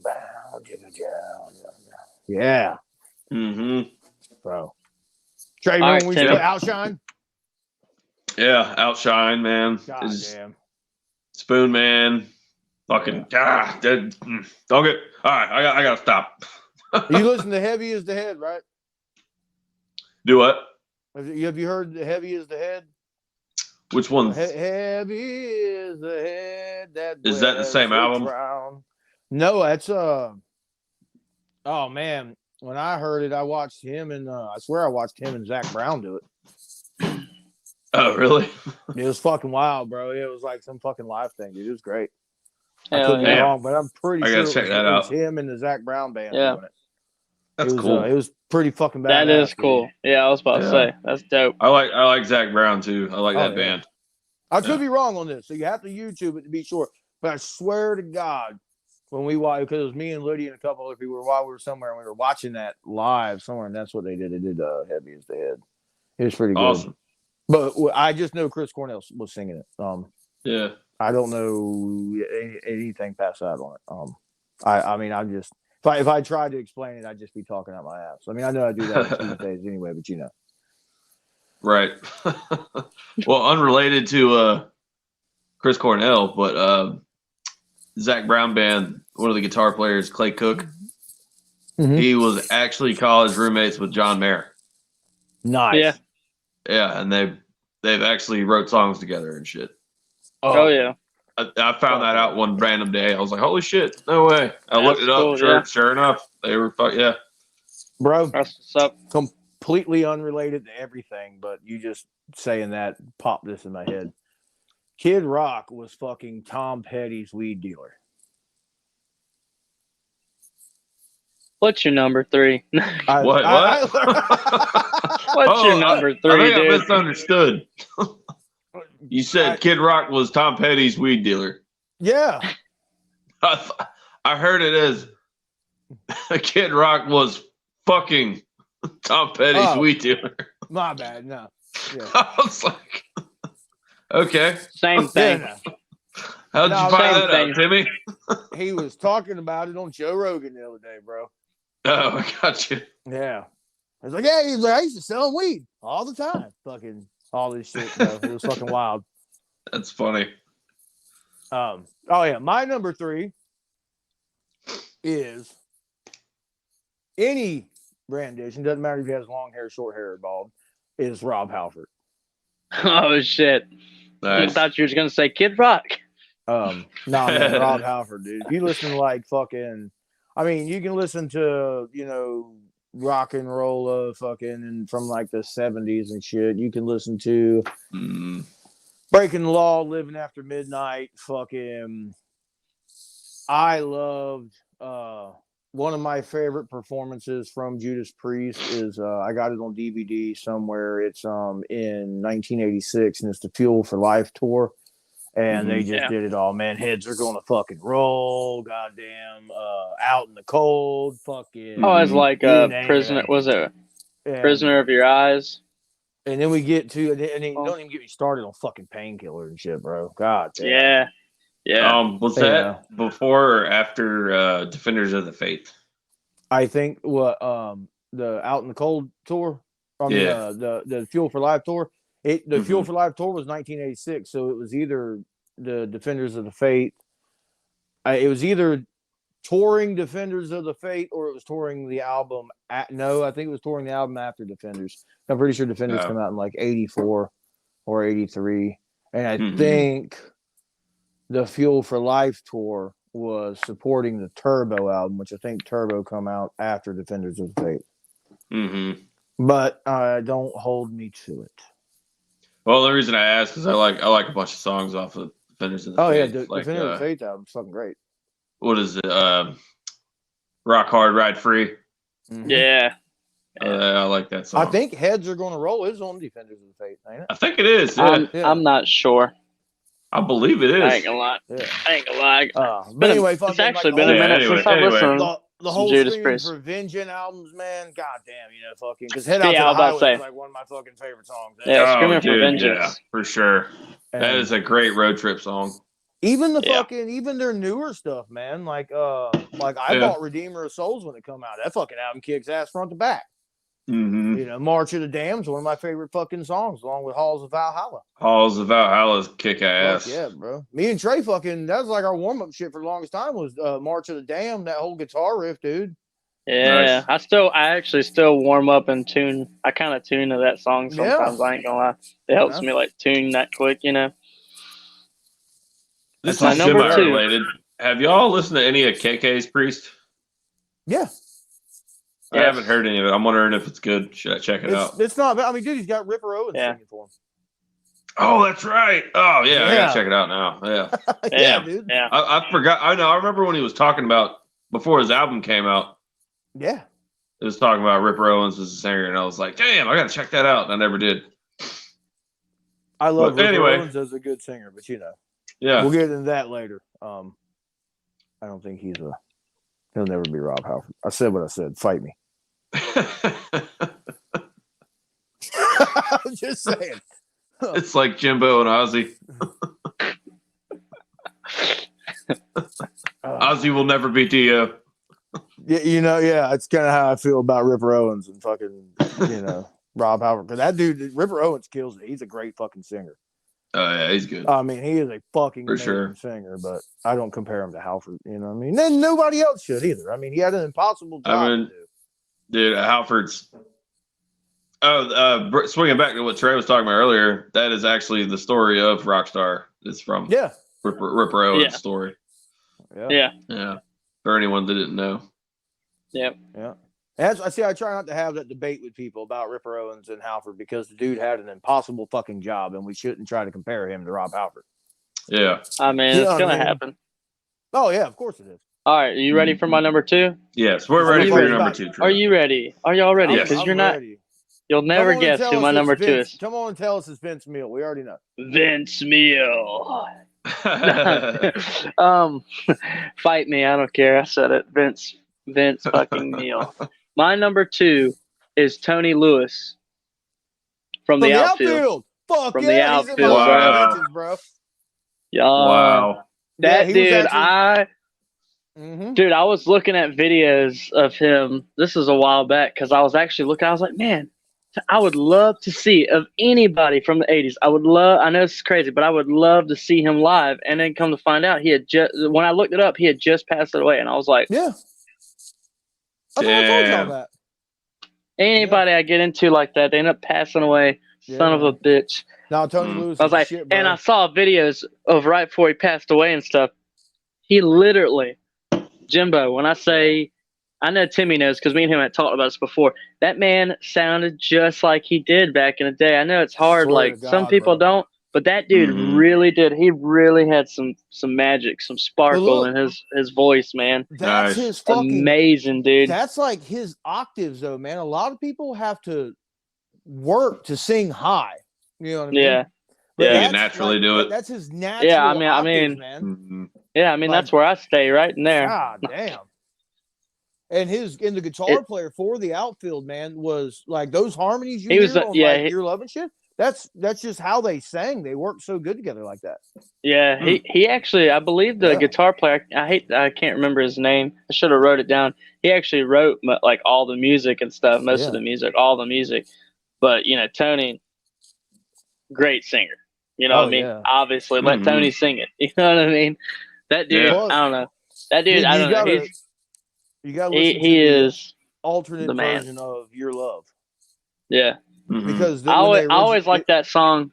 When I'm they sorry, go originally ahead. wrote it, when they originally wrote it, it was them with oh my god, I can't think of the guitar player's name.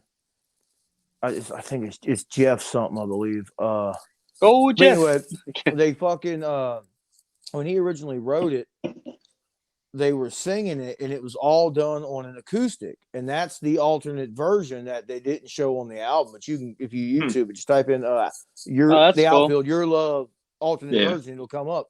And dude, Hell yeah, it's dude, I'm gonna check that out. amazing. I always liked they basically just added a bass and drums to it and just kind of did it on a clean guitar. Yeah, But, I was gonna it's say fucking great, man. it has that 80s guitar sound, you know. And you can really hear his voice in that song. With the chorus. Fucking, it's beautiful, man. But no, yeah. Trey, he's actually my number 12, bro, because I just wrote like a top 20. Yeah, I swear Yeah, to God, I did too. Bro. I did too. Yeah. I did too. I ain't gonna lie. I wrote a top 20 with 5 because I ain't gonna lie. But no, Tony Lewis, man, dude. I always liked man. on that album. I always liked "Talk to Me." That's like my favorite outfield song, dude. That's like my favorite outfield song. That one and like it really is. God, there was a lot of good shit on that album, bro. We should just talk about that whole fucking album on podcast. Yeah, we should. Honestly, it's a great album, man. Yeah. Is it "Say It Isn't So" or something? Say It Isn't So. Yeah. Say It Isn't So. Yeah. Dude, I love shit. Only one. Dude, all those songs I feel like could have been bangers. I don't know why they weren't. There was another song on there that was big too. I love them, man. Things that happened to me, I couldn't see a long time ago. I can't think of it right now. All my love in the world. Yeah, all my love. Yeah, bro. Yeah. God damn. Yeah, that's a good one. Gonna turn into a fucking podcast about the outfield over here. Last 20 minutes gonna be about the outfield. I love the outfield, man. I love Tony Lewis. Yeah, dude. His vocals are just killer, man. And he's great live. Like, I hate that I never got to see him live, but the videos and everything that I've seen of him live are just great. They really are, man. Awesome. Really All right, Jimbo. What's your number 2, Jimbo? My number two could be my number 1, honestly. That's kind of how it was with my top 5. Like, any of them could have really been it. Yeah. Number 2 for me is going to be Robert Plant. He's on my honorable mentions too. Yeah. Because I did not write him down. Led Zeppelin has been, you son of a bitch. I am a son of a bitch. Me and Timmy even talked about that earlier, and I was like, damn, I didn't even write him down, man. I need to at least write him as an honorable. I'll write him down right now as an honorable mention. You get the shit stick now. I had it for not putting down Paul Rogers. Yeah. Yeah. Or Robin Zanders, but whatever. Or Robin Zander. I didn't have Robin Zander. Yeah. Nah, man, but I've loved Led Zeppelin for so long. That's been my favorite band for so fucking long. Jimbo, I can't remember a time that you haven't liked Zeppelin. Exactly. Yeah, I was about to say the same thing. Justin. I used to listen to every album like religiously. Like Since I've Been Loving You, that was like my. It's a good one for Robert Plant, but I mean, shit, they all are. What is and what should never be off Zeppelin 2. Like just like the flow he had, Yeah.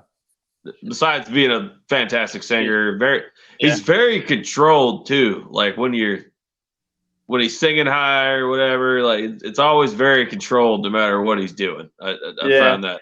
I'll agree with you there. He does have great control. Yeah, like some people they go all over the place sometimes, but not him, man. He just kicks ass. I loved how they never went back and like tried to redo something if there was a mistake in it. Because like in some of the Zeppelin songs, you can hear him sing off key in certain things, but it's like I always loved that about them. They got a kick. They're I know what you're talking about. A good one is there's a song called Friends on Led Zeppelin 3. Yeah. Like when you hear it starts with acoustic, like you hear like the strings rattling. Yeah. against the frets and shit, so it kind of sounds fucked up. But it really adds to the song. Yeah. You know, Yeah, gives it personality and shit. Yeah, and you had I Jimmy love that Page shit. was a great studio guitarist. I mean, Yeah. always Well, hands loved John Paul that. Jones was amazing studio musician. He was Yeah. the only one that Yeah. was one playing bass that, and piano that dude played. Oh, yeah. before Led Zeppelin. He was the only one that had any studio musician Well, and he plays mandolin. Are you too. experience. sure? Him and Jimmy Page. No. John No, Paul Jones, yeah. Jimmy Page was like a professional musician, like a studio musician guitarist. Yeah, but John Paul Jones has been doing it way longer. I don't. Like he was established. Probably. Yeah. Yeah. I know Jimmy Page. Look, I'm not the hugest Led No, he Zeppelin was fan, but I know. he was in the Yardbirds. Yeah, he Jimmy was in the Page yard. was, yeah. Yeah, Jimmy Page, but he was also like a studio musician that apparently he's on a shit ton of music that he wasn't like he's not even credited for because he was just a studio right. guitarist. Yeah, Yeah, that's what I'm getting at. He was on like a shit ton of like hits and stuff throughout the '60s, like the I don't know late '50s into the he was a high That I think that's how I found out about it was watching something like Hired Gun, and it was talking about he was one of the ultimate hired guns because he actually like a lot of hit shit. I can't remember, they were one of the studio guys that was with him that recorded with him was talking about the stuff that he played on that he's not credited on. And Jimmy Page is like, I can't even remember half the stuff I'm on, but I mean like stuff you would not believe some of the music that he's actually playing the guitar on that are hits. You know what I mean? Nowhere near like left field genres of what he does, right? And, like Beach Boys type shit. Like he's done everything. Studio musician, whatever. Yeah, exactly. That's actually what gave me a lot of respect for him as a guitar player. And like his was it his Very Les diverse. Paul? Yeah, his Les Paul Custom.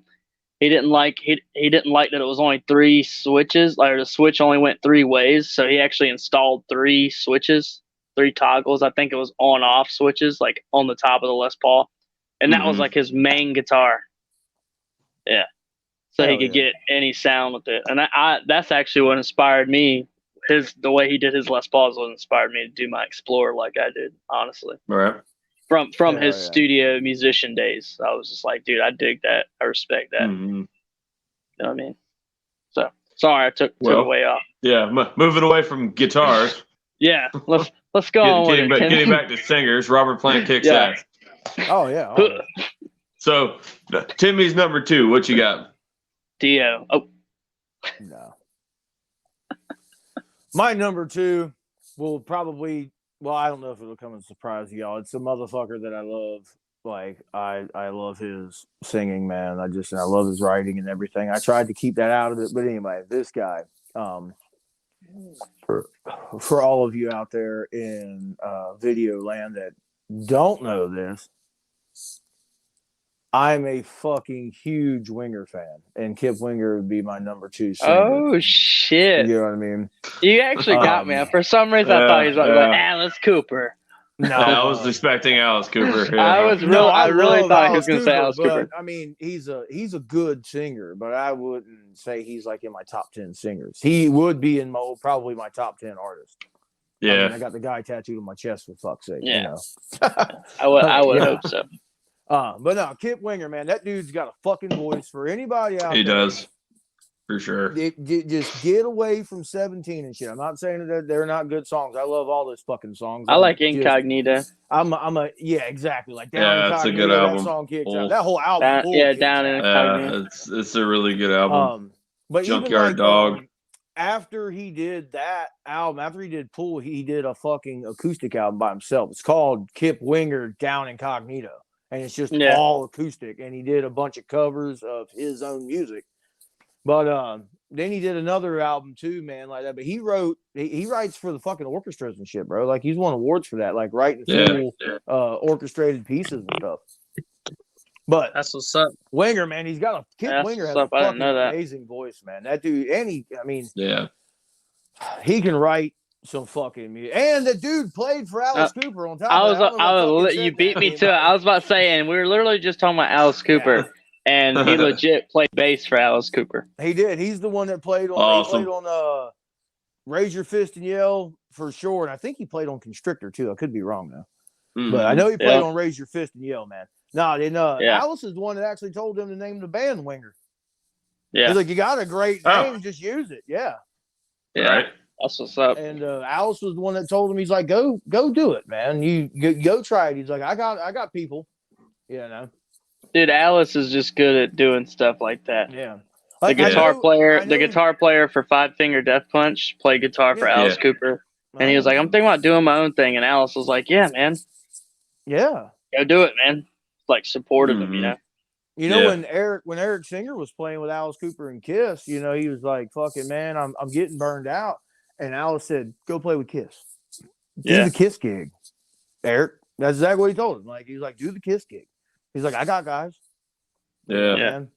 Fuck yeah, man. But yeah, no, Kip Winger, man. Kip Winger is the fucking, Yeah, he's the man. Fuck yeah. Very good singer. Yeah, he is a really very good singer. Even now, he's getting up there, man. I seen my boy on video the other day. He's getting that like Joe Perry, like one white stripe going through his fucking hair now. You know what I mean? It's not like all black. Yeah. He's got what do they call it? That wearing fox stripe or whatever. I'll tell you what, that motherfucker is like pushing 60. And he was still up there with his white fucking high tops and his glasses, fucking wearing his fucking headset mic, doing his fucking spins while he's playing 17 and shit. I mean, pushing 60 ain't pushing dude. 80, so I mean, he's not dead yet. Come on, no, man, no, he's fucking killing it, man. I was shit, like, fucking damn. Mick Jagger's fucking 80. He's still going. I want to see what I'm saying. Me is when you look at him, you gotta put your bar up there. I don't know what the fuck they drink, but it's like him and Stamos are aging at like half the age everybody else is fucking aging. Stamos. Yeah, man. But anyway, all right. Kip Winger. That's my number 2. Here we are, down to our number 1. Number 1. It took 2 hours. 2 hours. Here we go. go. Number 1. This is the guy who got me where I am today in music, period. I will say that. Okay. This vocalist right here. I think I know what you're going to say. Steve Perry from Journey. Yeah. When I was like 8, 9 years old, I watched that. I don't know if y'all remember that movie, The Comebacks. It was like an epic movie. It was stupid. Mm-hmm. They made fun of football movies and stuff. In the middle of it, they did a halftime thing, and they made fun of Glee or whatever it was, or they did Don't Stop Believing. Yeah, like it's super corny. Comedy movie. Yeah, super stupid. I probably shouldn't have been watching it, but super stupid. But I'm glad I did. Up late night one night, and I watched that movie, and Don't Stop Believing come on. It was just like I couldn't stop wanting to listen to that song, And then I think my mom, we were walking through Walmart, and my mom found the damn Journey. She was like, "Look, Journey, that's your band right there." That became like my favorite band. She bought me a T-shirt. I was a little bitty kid, and she bought me a CD that had like all their greatest hits. It had like 5 CDs on it. It had like all their albums, their greatest hit. It had Live in Houston and shit. And I was just like, I knew every Journey song there is, son. And that was my shit. That's what made me I was like, I want to be a singer when I grow up. And then Guitar Hero came out around the same time, like one of the Guitar Heroes, and my neighbor had it. And I started playing Guitar Hero, and the next thing you know, I was like, dude, I'm going to be a rock star. That's what I want to do. Sorry. Took a whole life story just because of Steve Perry. Bro. Fuck yeah. That dude has a great voice. I remember, what was it? Yeah. Y'all know our old drummer Leroy, his dad Jimmy, little Jimmy. I remember me and Dalton, his brother Dalton. Me and Dalton were listening to some Journey on the computer one day, and Jimmy just happened to walk by, and he was like, "I'm gonna tell you right now, and every woman in that audience, all he's got to do is open his mouth. They all cream their pants right there, just like that. They all fall in love with him." Sounds like some Jimmy shit. Yeah. Yeah, that sounds like Jimmy. And then he just walked away. They'll all come just from him opening his mouth, and he'll just walk away. I'm like, Jesus, dude. And I mean, it's true. That guy just has an amazing voice. Another thing, No, definitely. another thing on that, I'm gonna go back to "We Are the World" thing. I think I can't remember his name. Huey Lewis or what was one of them. I can't think that was in it as well. That was trying to do a solo. That did a solo, and they asked him to sing with Cyndi Lauper and then like sing an octave, or he was trying to find like a harmony or octave. And Steve Perry actually he was having trouble, and Steve Perry actually stood up and like helped him find an octave. He's like, nah, you just got to go right here. And I was just like, that's that dude. That's why he's my number one right there. That's that Trey's guy. guy. He's a hard hitter in that vocal, son. It's fucking sad. Hard hitter. It's fucking sad that Journey like just fucking continued without him because dude had to have a fucking hip replacement. Yeah, see, I honestly don't know all the story behind all that, but I always wondered. He's I always wondered about it too. Twice or something.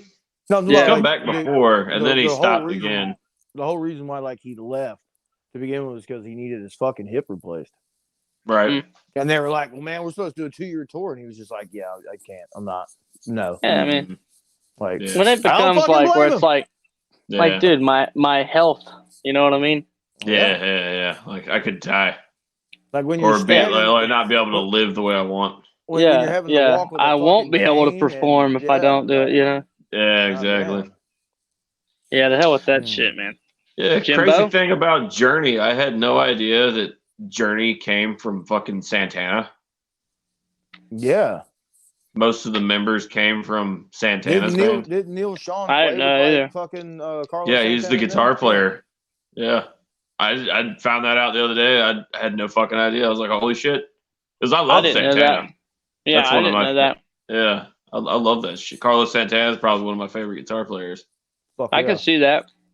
Yeah, it's fucking But anyway. Neil Sean's one of mine. Hands down. So Trey's number one, Steve Perry. Trey's number one, Steve Perry. That's a good one. Steve Perry, bud.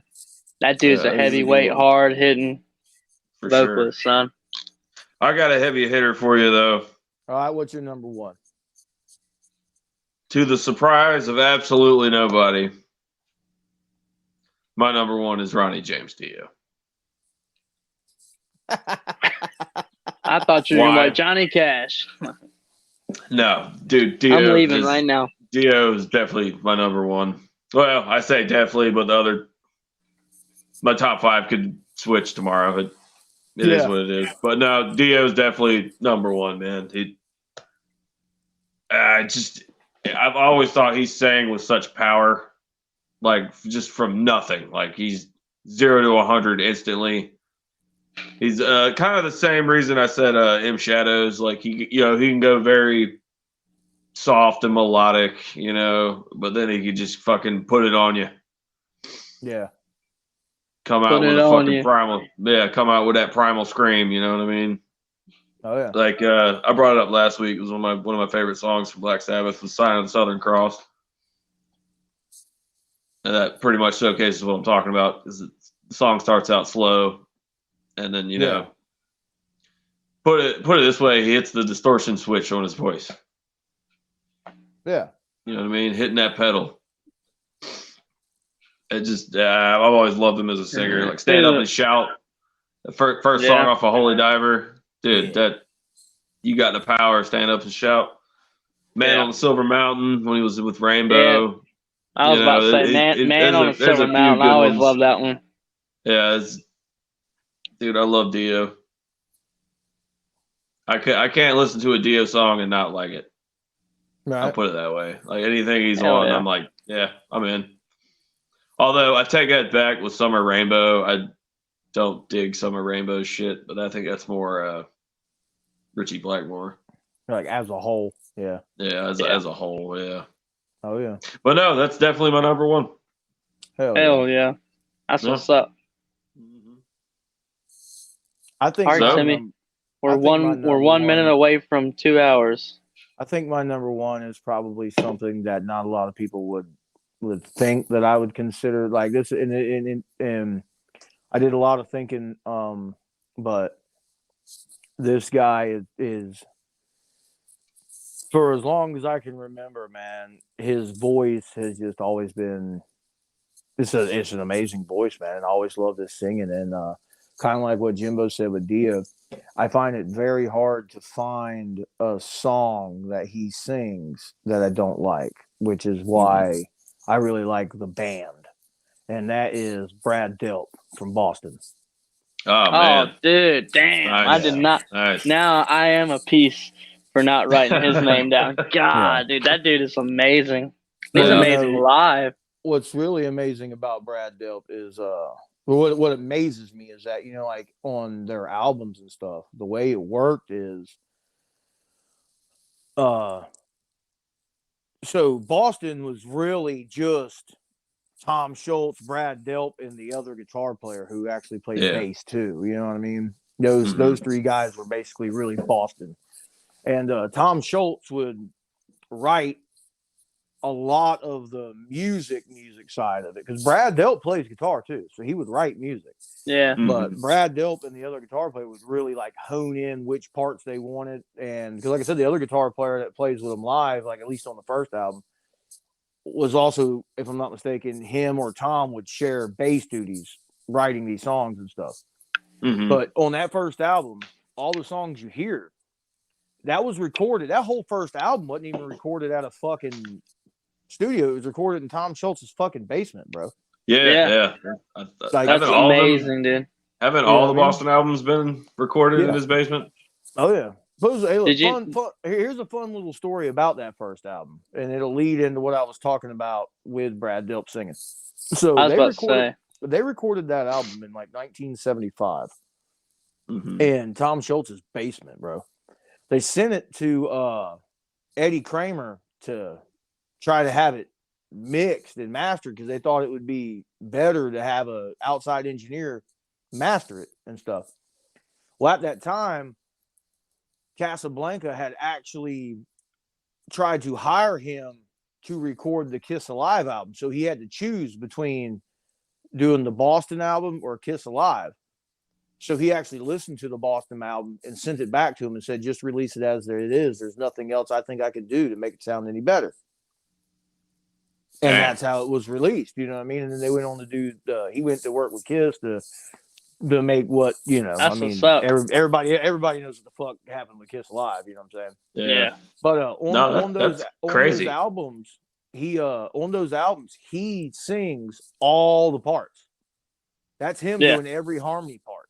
So all those Brad super Delp. high, that's all him. Yeah. He said he would say, what was it, in the morning time before he had his coffee or anything, like 5 a.m, he would do all his lows. But that's Tom Schultz. Is that Tom Schultz? Okay. Yeah, he's the one on like higher power and shit, because higher power, dude. That blew my mind. After the first album, that's a good one. First album, he got Tom and them to all start singing and stuff. That was when they did more of the, because like when they recorded the music, it was all recorded as a band. Yes, like they had Sid, whoever, on drums and shit. You know what I mean? And that's what like they put that. They put that band together so they could go tour. Yeah, you know what I mean. But dude, Brad Delp, man, and look, and you gotta think like he left, and they had the other singer come in, and I can't think of his name right now, and he's actually a great singer too. Yeah. But then Brad Delp returned, and they actually toured with both of those guys singing. And I wish I could have seen that. Oh wow! Because I've watched videos of it. I heard about that. Yeah, it was like Boston at the fucking. I mean, that was like that was like the best Boston you could ever see in your life. Right. I love Boston, man. Brad Delp is dude. That fucking guy. I feel you. That's a hard hitter right there. Yeah. Like get past More Than a Feeling and like Peace of Mind. I mean. A man I'll never be. Fucking Some people can take or leave. Amanda, I like it. Don't Look Back. Feeling Satisfied. Goddamn. I mean, come on, man. The list goes on and now, was it Tom Schultz? One of them said that they worked on that album for like 13 years before they released it or something like that. I know it took them 6 years to write More Than a Feeling. And have it recorded how he wanted. I heard that they started working on that album 13 years prior, which would have been in the 60s. I believe it. That's crazy. And I was like, what would it come out in? Did it come out in 75? Yeah. So it'd have been like No, I 62. think it was released in 76 is when I think it was released. Yeah. But it was like Yeah. So finished in 75. just think 63. Mhm. They started working on some of those songs in 63 because I believe that's what it was. They started working on that album, 13 Like years prior. I'm doing my chronological here. It would have to been if it was released in 70. It had to been released either in 75 or 76 because if Eddie Kramer got his hands on it, he released Kiss Alive in 75. Yeah. Mhm. So it would have to been Yeah. But yeah, man, Brad Delp. And I will just run through my honorable mentions real quick. Yeah. Let's do some of those. My honorable mentions would be Steven Tyler, which I said Mhm. because come on now, Robert Plant, because it's Robert Plant. This honorable mention was actually going to be on my list. I mean, he is on my list, obviously, because it's a top 20, but I was just doing the top 10s. Is Roger Daltrey from The Who. And Yeah. Yeah. That's what we were talking about him earlier. There's That's a who me little and Timmy more were to talking him, about. so I didn't just a singer, Yeah. so I didn't put him on there. Rod Stewart, Mhm. Mike Tramp from White Lion. Yes. M. Shadows, Nice. Tony Lewis, and He just wrote Tony Lewis. No, that's why I say it was my number 12. And the other one that was almost in my number 10 but wasn't was Cher.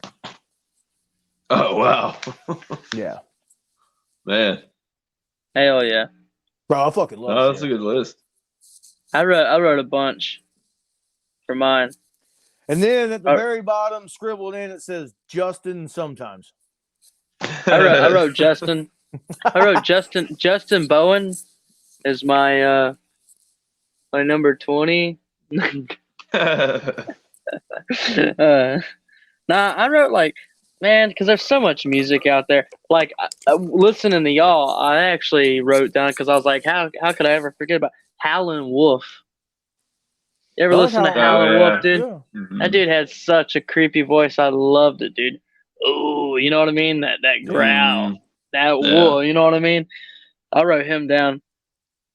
I mean, I guess Robert Plant. Now, my honorable mentions. I wrote down so many people like Sammy Hagar, Aretha Franklin, Chris Cornell, Patsy Cline, Dolly Parton, Willie Nelson, Phil Anselmo.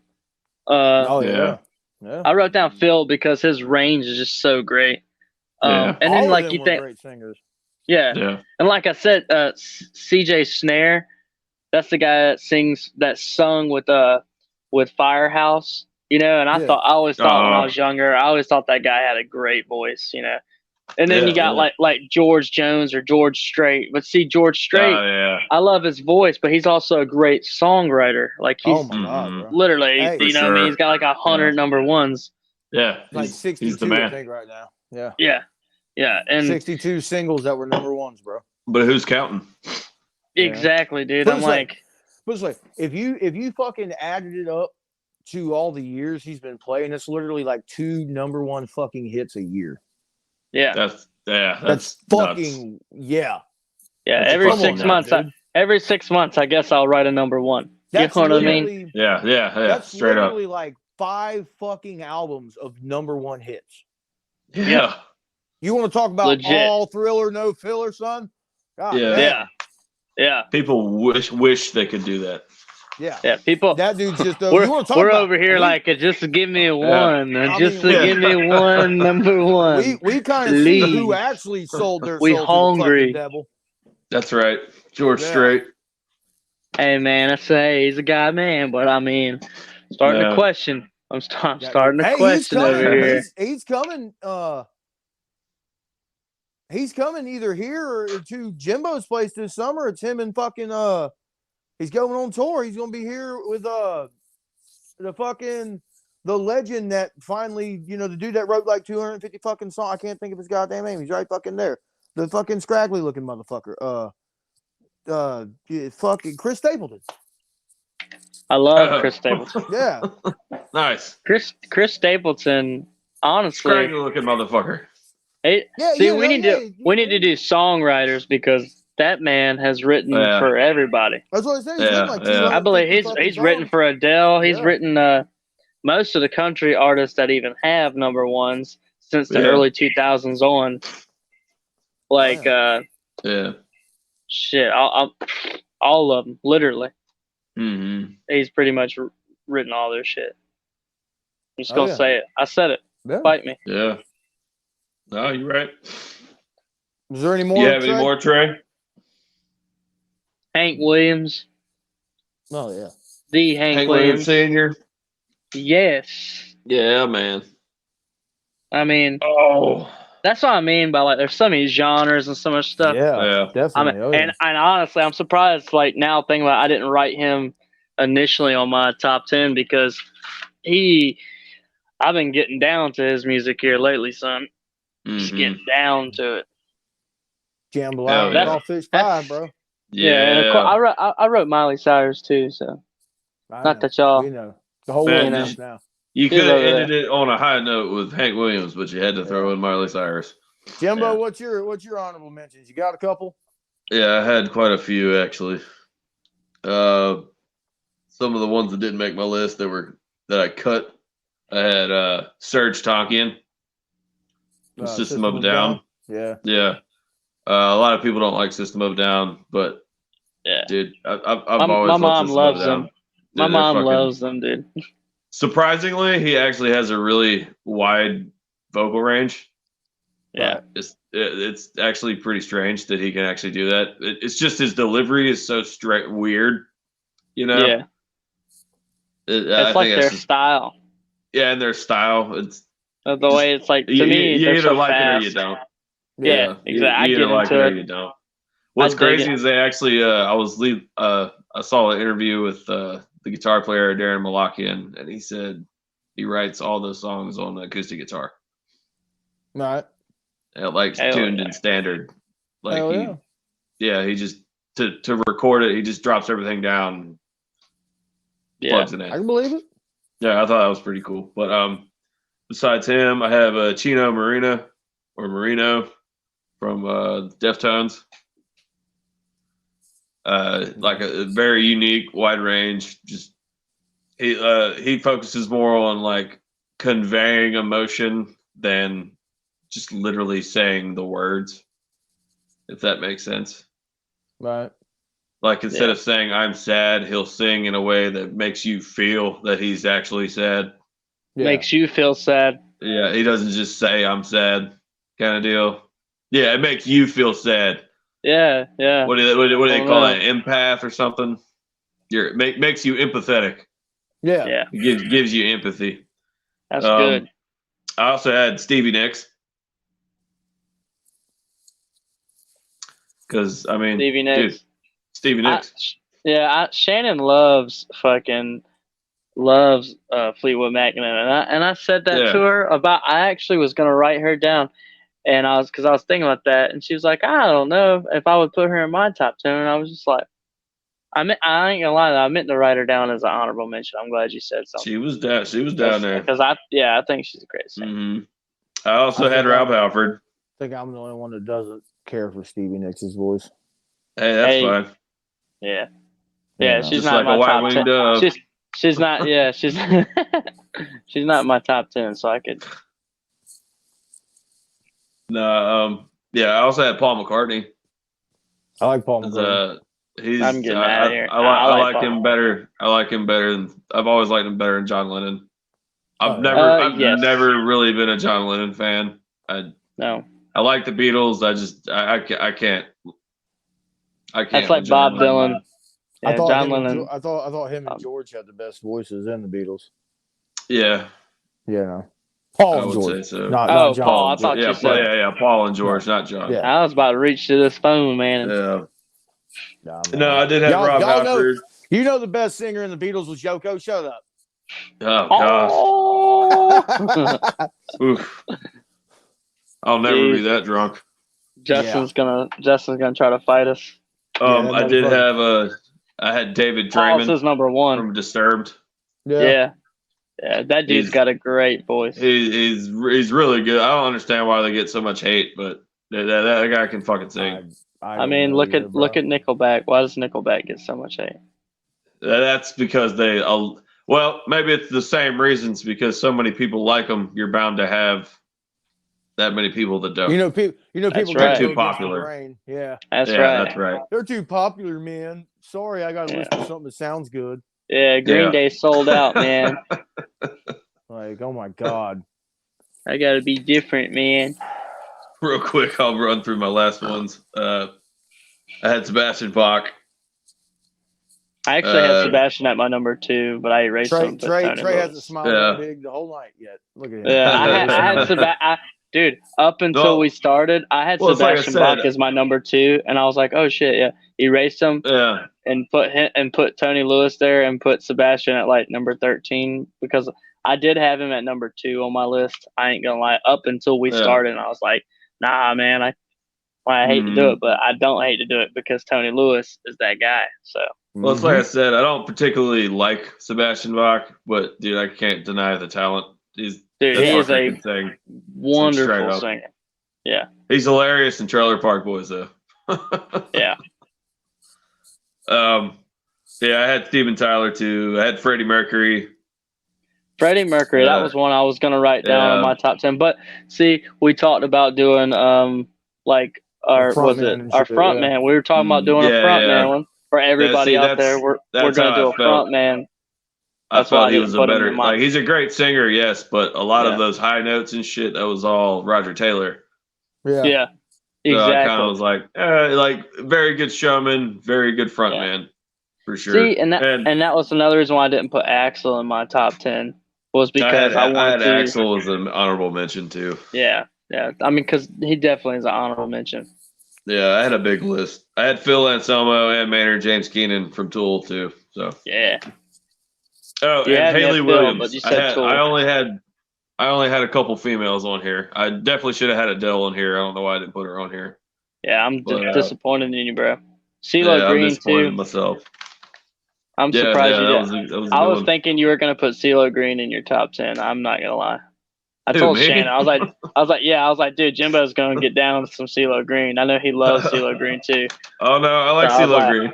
Yeah, I was like, dude, he's like one of the first people I found. I was just like, oh, dude, I fucking love CeeLo Green. Nah, Haley Williams from Paramore is really good, too. Yes. Right. She's a really good singer. Yeah, Shannon loves her. Yeah. Yeah. That's great. Wow. She's phenomenal. Mm-hmm. But yeah, that's the list. We made it through 10. All 10. Man. That's the list. 2 hours and 17 some odd seconds. Yeah. 17 New minutes, record. something 6. Yeah, I was gonna New say record. If I'm you down make to it this I'm down far. to like 5%. Yeah. Yeah. Oh yeah. Well, I guess we'll go ahead and wrap it up. That's right. Like, comment, subscribe. Tell us what you like. Tell us what you don't like. That's right. Tell us how much Ronnie James Dio kicks ass. Yeah. Or Miley Cyrus. I mean, whatever you want to say. Just let us know what your favorite singers are. We'd love to. We'd love to hear what y'all want to hear. Yeah, that's right. And let us know. We all know Justin is number one. Yeah, let us know how many people want to hear Justin sing his beautiful rendition of "Girls Just Want to Have Fun." Oh that's right. Man, that's gonna be. It's gonna happen. It'll be the front of our next one. We'll get them over there. We're gonna get a video of that for sure. That's right. Is it my turn to pick? We're back to it is Timmy. Timmy, it's your turn to pick. Huh. All right. You got one offhand? I do. I got 2. I'll let you 2 decide. Okay. Actually, I got 3, but no, don't let us decide. You pick. You pick, yeah. Because then you'll be pointing fingers like you guys decided. Well, we're gonna wind up talking about either one of them. All right. I mean, so would y'all rather do? No, not would we rather. You just pick one, and that's what we're doing. You're asking again. You're asking again. Wherever you are. ZZ Top. All right. Yeah. Hey, Jimbo got excited. I did too. I was like, hell yeah. Fuck yeah. I'm ready for some ZZ Top. Me too. Greatest guitar player to ever live. That's right. Said Jimi Hendrix. Yeah. All right, fellas. Right. Well, You heard it now. ZZ Yeah, Top's yeah. next. ZZ Top coming up next. Now, do y'all That's want to right. do the top 3, top 5, or you just want to figure it out how y'all want to do that one? Yeah, let's do it. Top 3 Okay. albums, Let's go top for it. 5 songs. Hell yeah. Well, I'm just Hell saying, yeah. we got a huge fucking catalog. That's what I'm asking. Hell yeah. Really gonna make it hard. Maybe we'll do a deep dive with them too. We'll Oh, see. we're gonna That's have right. to. Yeah. That's right. Moving sidewalks. Well, fuck it. Yeah, Let's do a whole. right. We'll just do a deep dive with them, man. We'll do our top 3, top 5. Fuck it. Yeah, let's do it. All right. ZZ Top. ZZ Top. All right. ZZ On Blotter. the next episode.